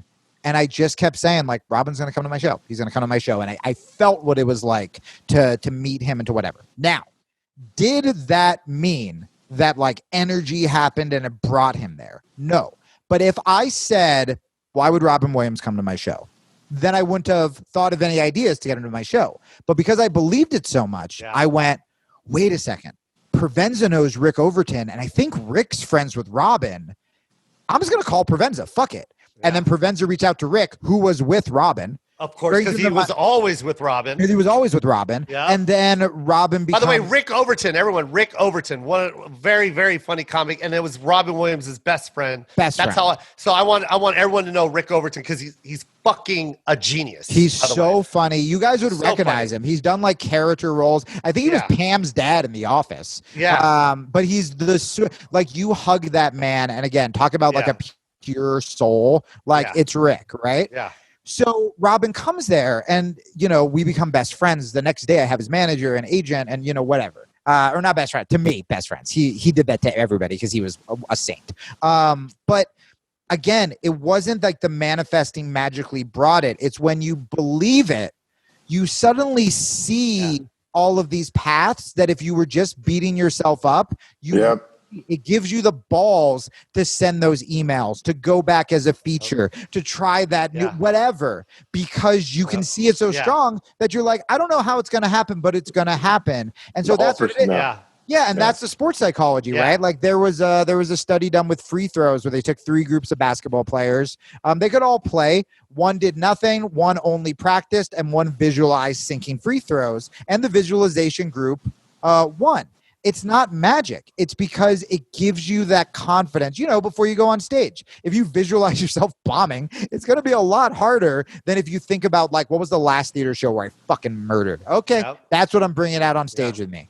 I love what you said about earlier, because a lot of people don't understand that, and I don't want to breeze through that. But when you do manifest, whether it's thinking that Robin's going to come, and then when you think about it so much that your brain opens up and shows you the path that you need to take to get Robin there. And that's manifestation. When you believe in it so much that you just embody the right direction, it goes there. It eventually moves there. You move there. And you do it unconditionally because you're just believing it. You became it. You manifested it. And that's a beautiful thing. It shifts your whole perception. Your whole perception shifts into where you actually are in that state of mind that you are actually doing what you thought you wanted to do. And Jamie, I'm sorry to interrupt you, Dre. But but what you also said, Jamie, is that you called Provenza, and then Provenza called. You have to take action. But what's cool, but not only that, but when you manifest something, and you go in that direction, you start walking towards the other people with the same type of dream. You become part of that environment, and it just moves you there. You shift. You know what I mean? Like when I wanted to, I remember saying right before Live from Seattle, I go, Kevin Hart plays, because the guy that interviewed, right after I did Live from Seattle, I did an interview with AOL, and they were like, what's next for you, Jo Koy? And I go, arenas. I want a tour arena. And he goes, damn. And I'm like, hey, man, Kevin Hart showed the world that it's possible. Yep. And if he did it, then that means anyone can do it. Bro, Yes. Did you ever hear, I forget the numbers and names on this, so like forgive, but like the gist of it is there was a point for like decades where no one ran, let's say, faster than like a 5-minute mile or a 6-minute mile. Yes. This is exactly what you said with Kevin. The second someone broke it, motherfuckers hammered it because they knew it was true, And look, I have people it wasn't a myth. It wasn't it was Carl Lewis when he broke the 10 seconds. Vegan, or was it Ben Johnson? I don't know. I wanted to shout out the track and field. I think so. But you're talking about the mythical breaking the 10-second 100-yard dash or something. Remember that, Dre?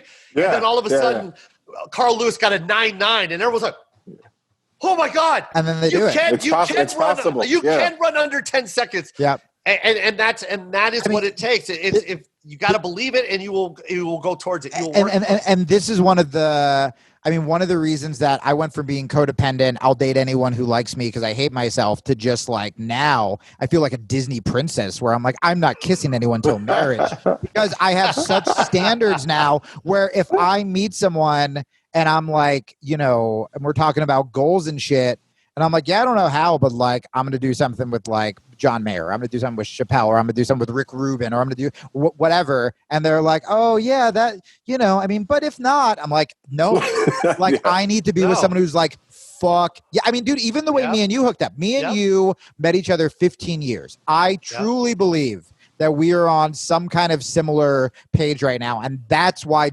this is the first time, because we've supposed to hang out. I'm sure during my desperate times, I texted you, can I open for you? But like, we haven't seen each other. Yeah. But literally it was like the week of my birthday. When did your special come out? The new one? The It Is Elements came out last month. Okay. So 2 months ago. Okay. So my birthday was May 17th. And right around that time, I started grilling my mom and becoming close with my mom for the first time in forever about being Hawaiian.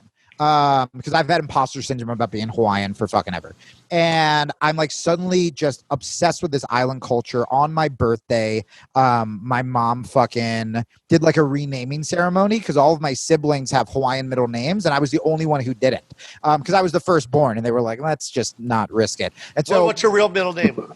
Alexander. So it's like, oh, that's such a shitty name. It's so shitty. So shitty. And my siblings, it's Stephanie Malia. Oh, that's beautiful. Kalani, Kioki, and then I love Alexander, the oppressor. I sound like Robin. That's Brahmin. That's not even Simon. Yeah. You got I the literally- Brahmin middle name, and your fucking sister's got Simon. My middle name Hilarious. sounds like the person who overthrew the Queen of Hawaii when America took over. Yep, 100%. I'm the oppressor, You're right? the oppressor. So my mom did this whole we did this Zoom call, and she renamed me Haku Mele, which is Weaver of Poems. Like it was like the most beautiful thing, right?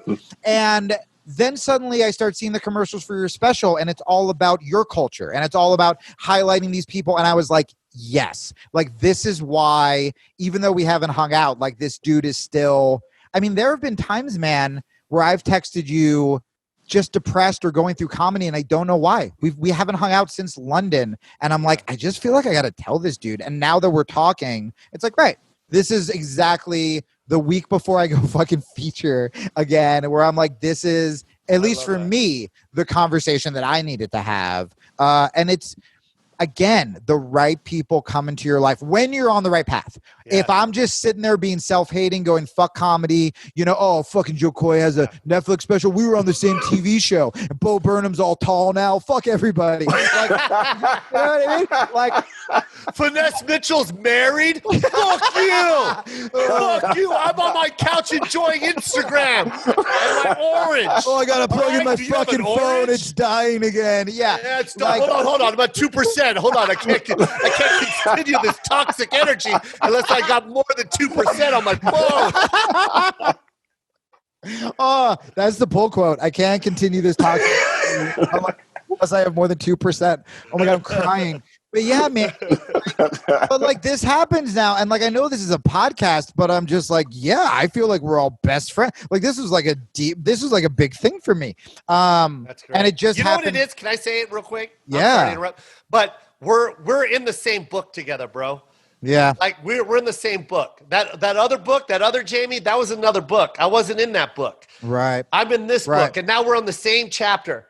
Right. This chapter in our life, it's happening now in this book, and we've always been here, man. Yeah. So this is a fun read. I love where we're both at right now. Yeah, man. This is a happy chapter. When you go through a book, there's the beginning, there's that shitty middle, and then there's that part where it's like, oh, I like that. I like how they're turning their life around. This is beautiful. And you know what? We're not done. This is a long book. We're only in like chapter 9. We got 25 more fucking chapters to go, it's bro. It's so insane you said that. I don't know who said this, but I was literally some like motivational YouTube video came up yesterday. Really? Where they were talking about how so many times when we read, someone else's book and we read chapter 10 where they're all successful and stuff, we forget about all the chapters before where they were going through the same shit we were. Hey, man, you can read. I read the autobiography of Malcolm X when I was like 19, I think it was. When I found out that Spike Lee was going to shoot the movie. And this is during that time when the climate was really like, it's hot now, but it was also very weird because black people were just getting represented in TV and film. And it was started. It was the beginning. And I remember when Spike announced that he was going to do Malcolm X and the studios just walked away. Everyone walked away.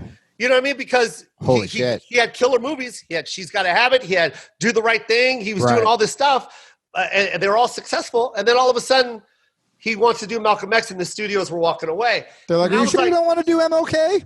Yeah. Right, and exactly. That's funny. Yeah, you sure you don't want to do MLK? He gets shot. I have a dream. He gets shot, too. Well, that's our compromise. Hollywood, baby. It's all about compromise. But what I was getting at is I went in reading that book, Andre, going, I was like, oh yeah, the studio must know something, because I was taught through media that Malcolm X was just a reverse racist. An enemy and he hated everybody. He hated everybody. He was an enemy. His last name is X. I didn't even know the meaning behind X. I didn't know any of that shit until I read the fucking book. And when you read the book, when you get all, by the way, when he goes and travels to the Mecca and he actually sees other Muslims, you see that enlightened part of Malcolm that no one else talks about. Never talk about it. When you read the beginning of the book, that guy was a motherfucker, bro. Yeah, Detroit Red was a motherfucker. His street in Detroit, and when he went to prison, like That's the part of the book we weren't on that page. Yeah. Yeah. You know what I mean? I don't know why I brought this up. Well, no. You got a valid point though, because you're not. We weren't taught that page. No, I only know chapter 1 through 6. And they pulled and he was a pimp, and he did coke, and he fucking went to prison, and he hated white people. Yeah. They don't talk about the last part. Right. They don't talk about when he went to the Mecca and he noticed that there were Muslims of all colors, and that he kind of denounced, the nation. He denounced the nation. They don't tell you that part. And what I'm saying is, man, it's all up to you to read that story. You know what I mean? Yeah. Yeah. Find out, man. A lot of these people today, this generation, we go to Twitter and someone just puts out 400 fucking letters and they believe it. Without wanting to learn. Yeah, no. Jamie was a shithead 6 years ago, and he still is. So fuck him. Yep.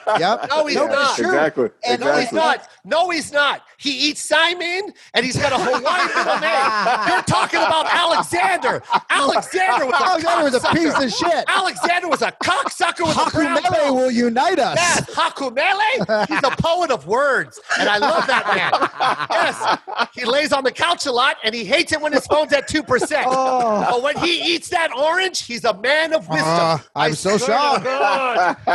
Dude, I'm going to harass your producer to clip all of this stuff for me. Yeah, man. And people think, it's such a bummer because we've stopped rooting for redemption. Yeah. Because I'll tell you, and, I won't go into total detail because I talked about this on Joe's, but when I was going after people on Twitter, just like the people you're talking about, it's because I was miserable and I wasn't happy and I wasn't depressed. And so if I see someone's being canceled, I go, oh, fuck that guy. He has it worse than me for now or whatever. And you get off on that. And that's why people aren't like, hey, shouldn't we just want everyone to be as good as possible and help them get there? It's the same people who are dragging you down when you want to be healthy. Woo! It's the same hypothetical comics where when they see people getting they'll just live another day off of watching someone else's life get ruined instead of being like, hey, maybe I should go learn cooking. Maybe I should fucking do jujitsu. Maybe I should finally do that open mic. Maybe I should do all the things I'm scared of. And instead of that, they would rather just watch other people fail. And that's fucking heartbreaking. That's a horrible way to live. That toxic energy is horrible. What's the saying, Dre? Misery enjoys company? Yeah, misery enjoys company. And that's true. It's so true, man. You ever hang out with a miserable person? You're miserable. You are miserable immediately. It's not fun. No. It's not. And I've eliminated those people and I've been so much happier. My circle is so small, man. Yeah. Same. And the reason why is because I need people that want to go here. Yep. You know what I mean? I don't want the person holding on to my ankles like, yo, man, listen to this dumb shit down here. I don't have time. I'm up here, bro. Did you ever hear the crabs in a bucket? I want to make this a fucking kid's book. I've heard this though before. So essentially what it is if there are a bunch of crabs trapped in a fucking bucket, and one crab tries to climb out to freedom, and if he does climb out, he can help all of his little crab friends. All the other fucking crabs latch onto him and start pulling him back down. And so it's the crabs in a bucket thing. And that is the majority of us, where it's like, hey, we could all go back to the fucking ocean if we just stop being little shitheads. And we all helped each other get out of the bucket. And that's what's so upsetting, man. Right now, there are so many issues politically, artistically, career, where it's like, oh, all of us should be coming together. That's so fun. That's such a great analogy, man. Everyone wants to run to the ocean because it's fun. But no, everyone wants to get to the ocean because it's fun. I love it there. Yeah. But only some of us want to run there. The rest want us to get the others want to just lay there and let the guys that are running drag them there. Yeah, and then talk about how the ocean's overrated anyway. Yeah. So true. No, man. We're at the ocean now, Jamie. You and I. Man. Well, it's a fun place. And that's the thing. We are at different levels right now, but just from this conversation, it's like, oh, both of us can motivate the fuck out of each other if we need it. And 100. That's who I want to be around. Yeah. I don't, it's not about who can get me this, who can get me that, you know what Robin's managers and agents did for me? They took 10% out of the Conan I got for myself. They did nothing. You know what Robin did for me? True. What Robin Williams did for me is talk me out of suicide. What Robin Williams did for me is convince me to quit comedy. On the day I quit, he didn't know this. I've never told the story on a podcast. I was so done with comedy. I'm going to a Broadway show with my ex-wife, and I tell her, I go, I know I've said this before, but I'm done. I can't. I'm going to fucking kill myself. Mental health, done. I can't do this. And she agrees. She goes, okay. Like, we'll figure it out. And she had my back. We do not talk anymore, but she fucking had my back. Yeah. And intermission happens. It's at the Book of Mormon. And I go to the bathroom, and I'm waiting in line for the bathroom. And I see like one of the guys from Modern Family behind me. And I'm like a fucking grandpa. And like, I love Modern Family, or back then I watched it. And I was like, oh, I want to say something to him, but we're both in line for the bathroom. And I'm kind of doing the turnover thing. And I go, I know what I'll do. I'll be a cool artist. And I'll just say, I enjoy your work. And then I'll turn back around. So he'll know I'm like in the biz, right? Yeah. So I go to turn around. It's the guy who played Cam. I go to turn around to tell him good work. Literally, as I go to turn around, he turns around and goes, I really enjoy your work. And it's Robin. And I didn't even see him. And Robin at the time, because I went to see this show, he had this huge like Jesus beard, God beard, whatever, because he was doing a show on Broadway where he was playing a prisoner of war. It was like Bengali something. And Robin like looks past poor Modern Family guy and goes, Jamie. And he gives me this huge hug and he lifts me up. And we go in to the bathroom together and he goes, wait outside for me. And I go, all right. And I was trying to be like, kind of like, hey, go do your thing, man, because I've never been with him in such a big public setting. It's always been like quiet restaurant in the corner, comedy thing, whatever. And I was like, I don't want to bother you. He's like, no, you wait for me. So he comes out. And I go, hey, my wife's here. And he goes, I have to meet her. And at the time, people didn't know this, but he was funding our podcast back in the day. Wow. Because we were like really political, and the station we were with wanted us to start like selling ads. And we really like prided ourselves on being commercial free. And I remember when we quit, it was right after we got married. We finally could afford a 1-bedroom in Brooklyn. And we were like, we made it. It was that thing where we're like, we're doing what we love. And they wanted us to be sponsored by AT&T literally as we were covering the domestic wiretapping scandal back in the day under Bush. And so it's like, I was like, what the fuck are we going to do? Like, if you want to be spied on by the best. Like, we were so mad. And so we quit. And we had no money. So Robin was like, how much are they paying you? And I was like, well, they pay us like $2,000 a month. And he started paying us. So if we were to have a sponsor for 2 years, our show was, you know, Citizen Radio sponsored by Robin Williams, essentially. So my wife had never met him. And I was like, yeah, I mean, she'd love to say thank you. Like, you're the reason we're not homeless, you know? And he goes, all right, where are you sitting? And I go, oh no, I go, where are you sitting? He goes, well, I'm sitting right here. And I go, oh, dude, we're on like the other fucking side of the theater. You know, you don't want to go over there. You're going to get mobbed. And he goes, no, I have to meet her. And he was emphatic about this. Yep. So he comes over, and we were in like good seats, and all the people who were like looking at us weird because we were in like t-shirts and tattooed suddenly like fawn. I've been with rock stars before, and I've seen 19-year-olds fawn. I've never seen people that look like my dad lose their goddamn minds. And that's what happened with Robin. They were just like touching him. And my ex-wife, again, to her credit, shoved all of them out of the way. And she's shy, just hugs Robin right away. Robin, without knowing anything, puts both of his hands like on her cheeks and goes, you cannot let him quit comedy. Oh, like a goddamn prophet. He didn't know I quit an hour before, right? No idea. Crazy. He has his prophetic beard, and he just goes, you can't let him quit. And she looks at me like wide-eyed. And I was like, crazy. I didn't tell him. And then he goes and says like a bunch of reasons, which were very nice. I don't really remember. I was panicking. And then he hugs us both, and then he disappears. And that was the fucking last time I saw him. And then, like a motherfucker, he dies and I quit. And every time I have a bad week, I fucking quit. And I'm just done with it, you know? Like, yeah. It's a lot, you know? Yeah. So I don't know why I told that. I love that you said that. Yeah. But it's a beautiful story, man. Yeah, man. Story. You need to say that. You remember what you said earlier, you know, a lot of people don't like to keep shit in. Sometimes you got to let that stuff out. And you know, that also indirectly inspires other people that are dealing with the same thing that you have. Not only that, you also need to keep telling yourself. That's why we do this. You know, it's like this.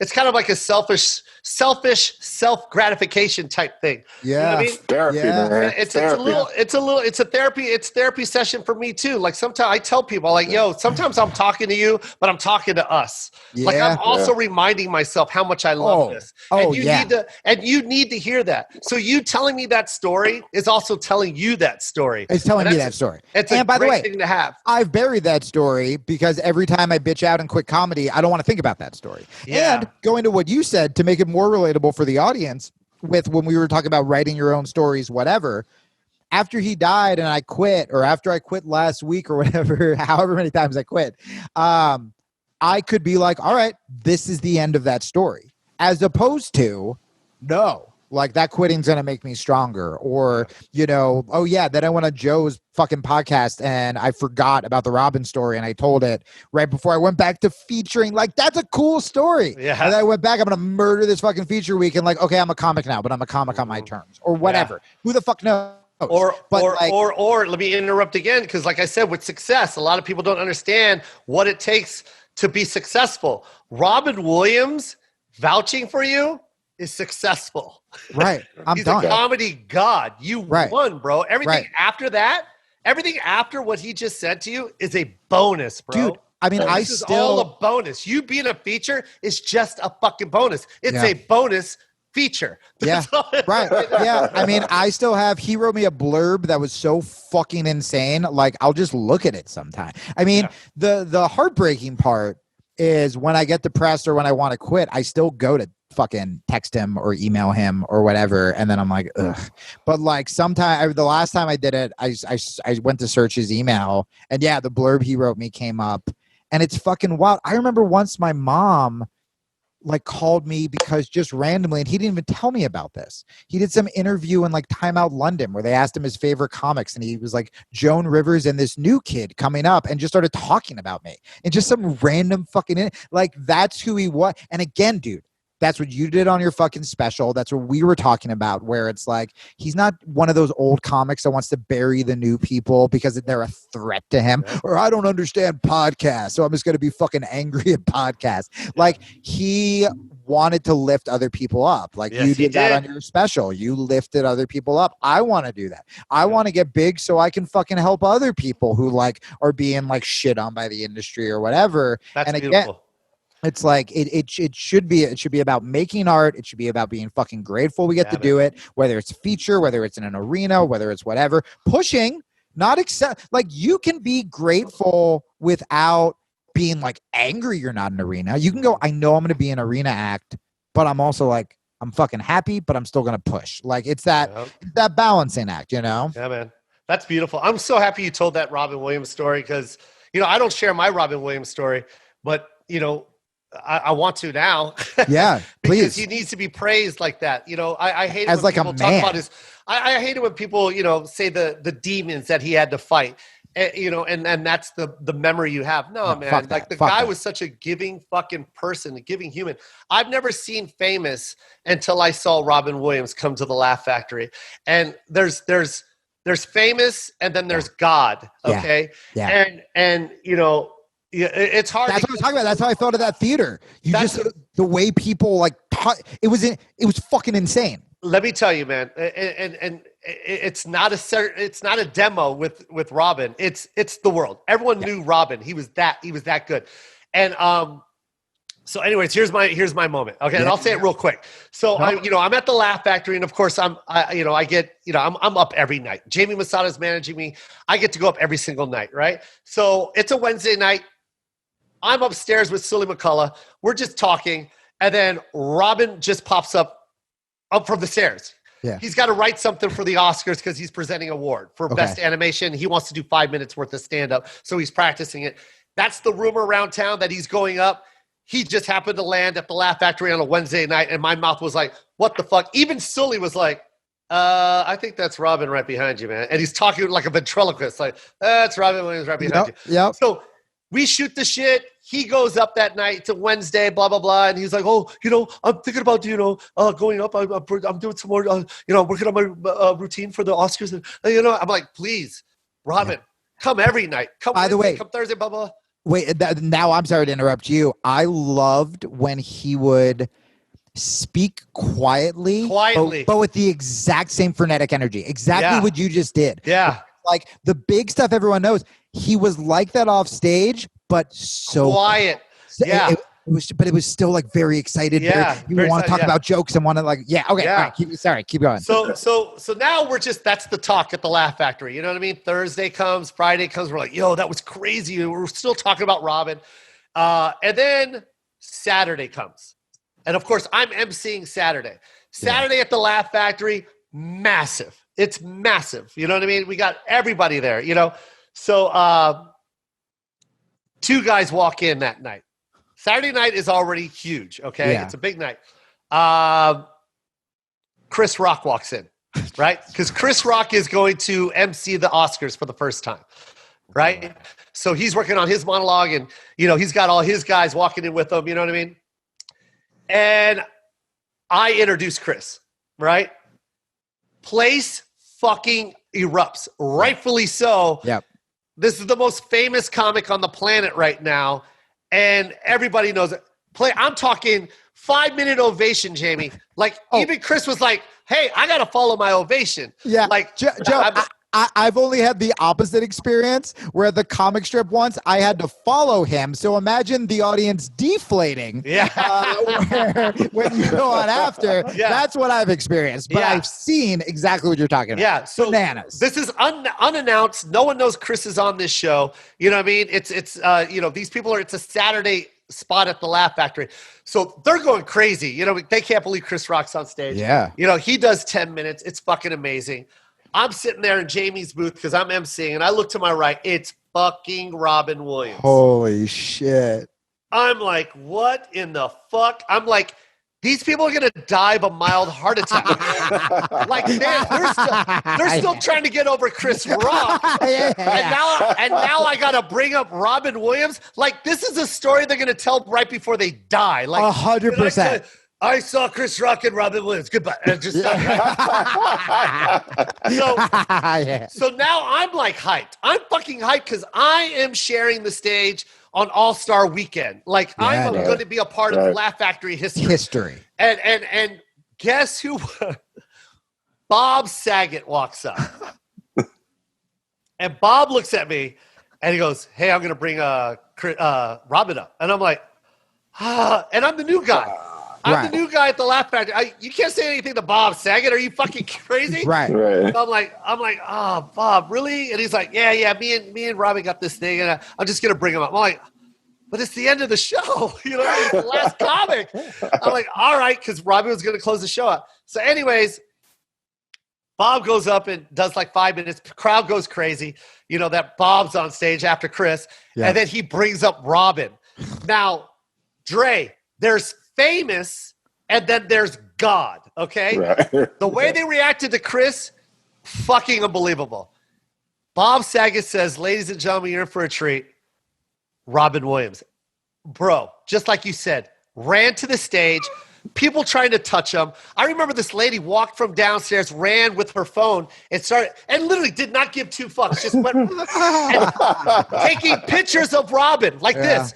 Yeah. Where security was pulling her up, and then Robin grabbed his phone. He goes, "I got a camera phone too, bitch!" And he starts. He's like, "It's a camera phone fight, bitch! I'm winning, bitch! I got more pictures of you, bitch!" And the crowd's going crazy. Everyone's dying. That went on for like 8 minutes. Like, I don't think people remember that Chris Rock was there. I'm not even gonna joke, man. Like, it was fucking unbelievable how they reacted to Robin Williams.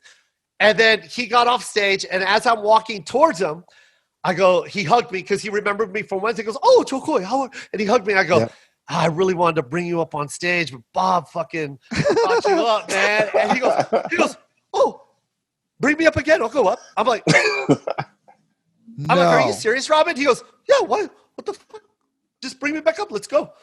I'm like, and I run upstairs. I go, lazy night. Tell her, Chris Rock, yeah. And I go, you know what, you guys? Let's give it up one more time for Robin Williams. Fucking place erupts, and he goes on stage with me, and we improvise for like 3 minutes, just going back and forth. Back and forth, we go at it. He hugs me. And then he says my name to everybody. Like that's what Robin Williams was, bro. Yeah. That's what Robin Williams was to me.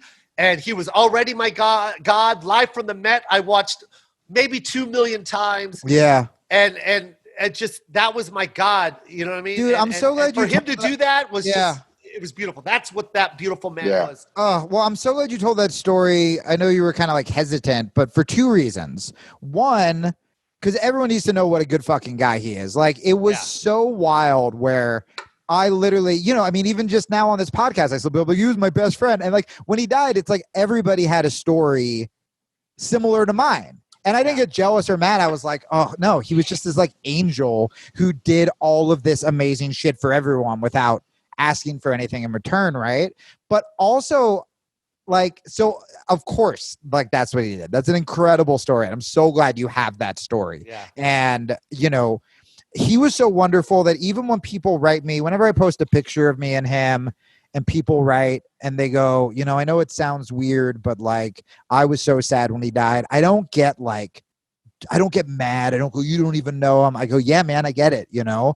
But I'm also, I'm glad I'm glad you told that story because he was so wonderful to me that I forget how famous he was. And I forget what a big deal it is that he did vouch for me and that he did have my back because one, I have imposter syndrome, but like, I just forgot, you know? I remember after he died, you know, my wife calls me. I'm on the subway right as it's going over the bridge and I'm sobbing. I'm in shock. It's horrible. And to me, it's like my friend died. And I haven't had a lot of death in my life, but to me, my friend died. And then the next day, I turn on the news and it's like, why is Barack Obama talking about my friend? You know what I mean? Or whenever I see him on the cover of a magazine, there's always this moment of like, what? Yeah. Because he never acted famous. Yeah. You know, like he did would it, just man. be your dude. Like, Jamie, on that note, like I know you're closer to him, but like the 2 moments that I spent with him is exactly your story, which means that he was a genuine dude. Yeah, like it wasn't he lived just, that life. Like what you're yes. saying with your life, and you were his real friend, and I only met him 2 fucking times. Yep. Is identically matching your story because he didn't act famous. Because I'll tell you why, Dre. He drove a Prius, and this is before Uber. This is before Uber.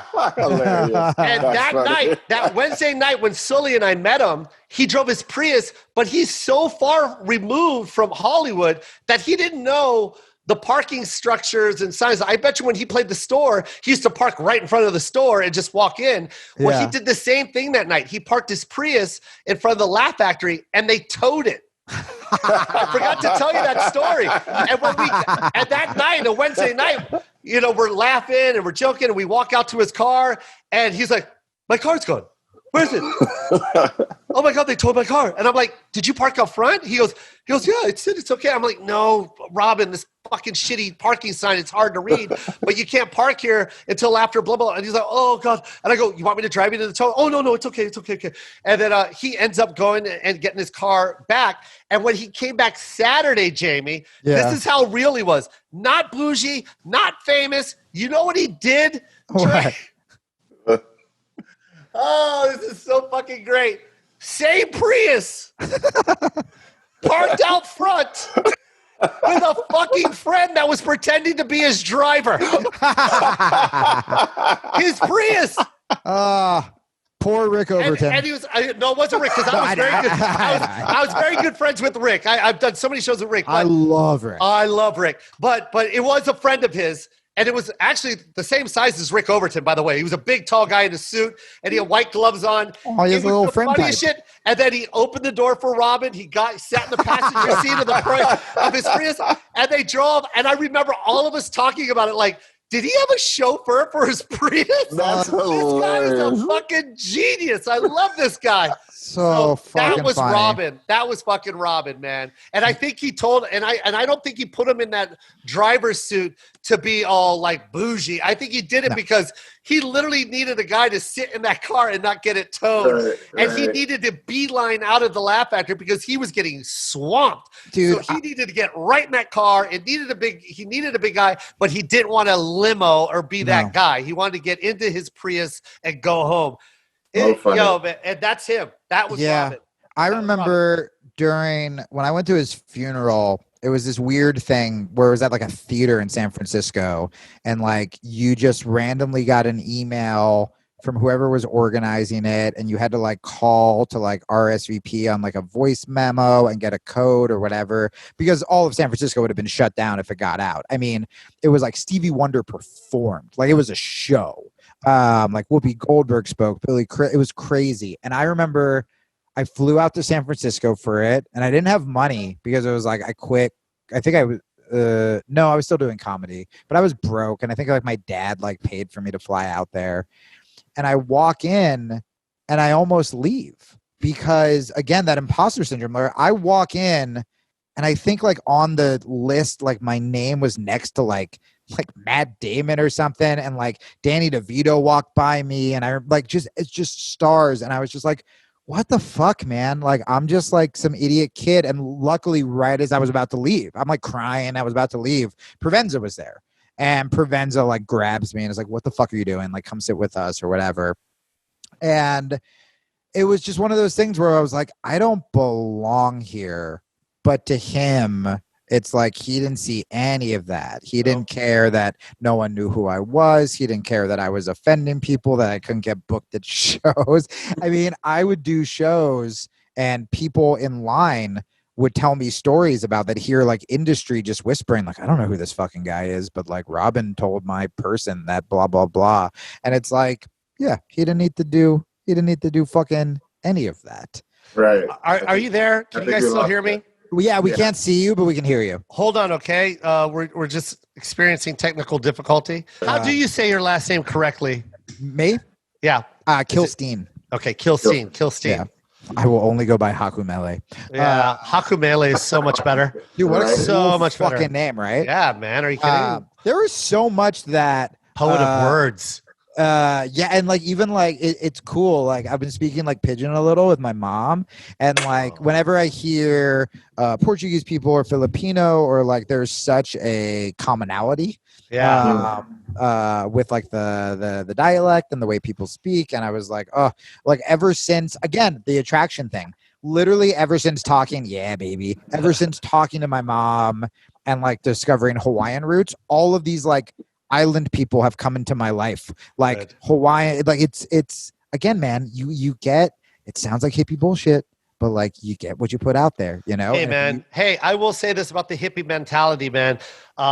It's loving, and it's a good state of mind, man. Like, isn't it weird that I need to preface by shitting on it? Yeah, like the idea so of being weird. the idea of being nice and loving. You're like, hey, this is about to be some like hippie drug-induced garbage, but like we should be nice to each other, right? Yeah. Like, you shouldn't have to preface that. What is that? Why do we do that? I think it's because of the media and the way we are brought up. It's like it's supposed to be that. It's vulnerability. Yeah, it's vulnerability. I mean, because really, that's what being kind and loving is. You're putting yourself out there for rejection. You're putting yourself out there. You know, like I think that might have to do with it. Yeah, it's when you put yourself out there like that, you're subject to bad things. You know, oh, this guy's an easy target because he's loving, but you don't want to fuck with the guy that's so machismo and fuck you, bro. Fuck you. You can never get to that guy because he's too busy fucking you, bro.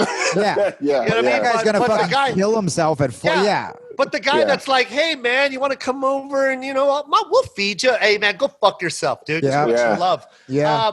But that's how it is in Hawaii, man. It's the aloha spirit. Aloha is real, man. That's literally what it is. It's the fucking. I remember I was I went to a Starbucks here, and I live in kind of a bougier, like older area, and I just said aloha to the guy. Well, actually, what happened first was he had a mask that said "Be nice," and I go, "I love your mask." And he goes, "Yeah, man. Bunch of shitty people around here." And I'm like, old white people? And he goes, fucking old white people. And then I go, and then I got so excited, the like white person in me, where I was like, I'm such a good ally, that I panicked and I said aloha. I go, to be like, I'm not one of them. And so I panic and I go aloha, and he lights the fuck up and goes, aloha, bro. And turns out he's like, he lived in Hawaii for years. Yeah. And we started talking and shit. And like, but it is, I mean, my mom, we were talking about that the other day. Like the aloha spirit is just about, it's that. It's making people feel good. It's fucking saying hi. It's not being on your fucking phone when you're like checking out at Trader Joe's. Like it's as simple as that. And you don't understand when someone is nice to me or does a bit back with me or makes a joke or lets me pet their dog, that shit makes my fucking day. I'm set for at least a couple hours. Yeah. You can do that to other people. I mean, that aloha story at Starbucks, I still think about that. Yeah, And it's good. It happened, happened a couple weeks ago, but it was just like this nice moment of like two sort of sad men like kind of bonding, and it was cool. I try and tell people to stop rejecting compliments because it takes a lot of energy to give.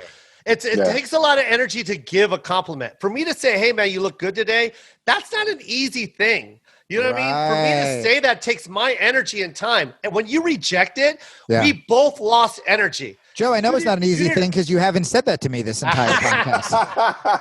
I said it right when I started. I said it right when I started, you son of a bitch. You said you look great. I mean, not to bring up another fucking ex-wife story, but this happened to me. Because again, in comedy, it's almost like it's not cool to be good. It's not cool to like yourself. And I remember I used to shut down compliments so hard that one time I'm doing a show at a theater. This is like the year I was doing well. At a theater in Chicago. And there was a fucking huge line and I was signing merch. And finally, like this one guy was like, great show. And not only did I not take the compliment, I started explaining to him the new joke that flopped in the middle. And my ex goes, he means thank you. And when that guy left, she looks at me and she goes, I watched the joy leave his eyes. Because you're essentially... That's what I was explaining. That's what I'm saying. Yeah, because to me, I'm being humble and cool and being like, no, man. But to them, it's like you're saying like, oh, you liking me is incorrect and you're stupid. You know what you want to know what you did? He came and stood in your merch line with a cake that says I heart Jamie on it that he baked for 8 hours and he went to give it to you and then you took his face and smashed it in the fucking cake. I'm lactose intolerant, idiot. Yeah. Fuck you. I don't even like dairy. I'm vegan. Yeah. I mean that, but it's really hard. It's weird, man. I mean, I don't know why comedy is something that should be the most joyful thing in the world. Why there's so much temptation to be negative, to be depressed, to be an addict. I mean, it makes sense, right? Where it's like, hey, I'm not happy. I'm going to go make other people laugh. Or maybe it's just for the rush or, you know, for me, it was like comedy is what got me out of my depression, right? Like, oh, my mom's being arrested. I'm going to make a joke. And like, then you laugh. So then you kind of try to bring that out. But once you get there, I hope comics listening to this are like, yeah, man, I'm going to be a little happier and like appreciative. Because even the feature thing, dude, I got to tell you, I remember, being an MC. I think it was Tom Papa because he did not look impressed by this, where we were at the bar at the Stress Factory. And I go, man, if I could just make a living being a feature, like I'd be so happy. And he was like, all right, kid. And like walked away. I really believe that. And so even like going into this weekend, it's like, yeah, man, there was a time when that's all I wanted. And I'm doing that. And that's cool. Man, I'm glad you're in a happy space now. This has been the best conversation I've had in a long time. Oh, thanks, I'm so happy I shared it with you, Jamie. Me too. I love that we're on the same chapter in the book of life. Yeah, I'm going to promote this podcast like it's mine. I feel like all three of us, like such important shit was said that I hope, because it is so easy right now. Again, with the narrative, with the books, there are so many things that it's like you can write the fucking hacky version of this story of I'm sad during COVID, or you can write the fucking triumphant, a little more like indie version of it, where it's like, no, I'm going to take this bullshit and I'm going to make something good out of it. Because that's all we got. I love it, man. Yeah. God bless you, Jamie. And we got to roll. Guys. We got to roll. Go. Do your thing. Oh, my God. 100%. I'm going to text you. All right. I love you, Jamie. God bless you. You I'll too. see you on stage. All right. Peace. Aloha. Bye, you guys. Peace, guys.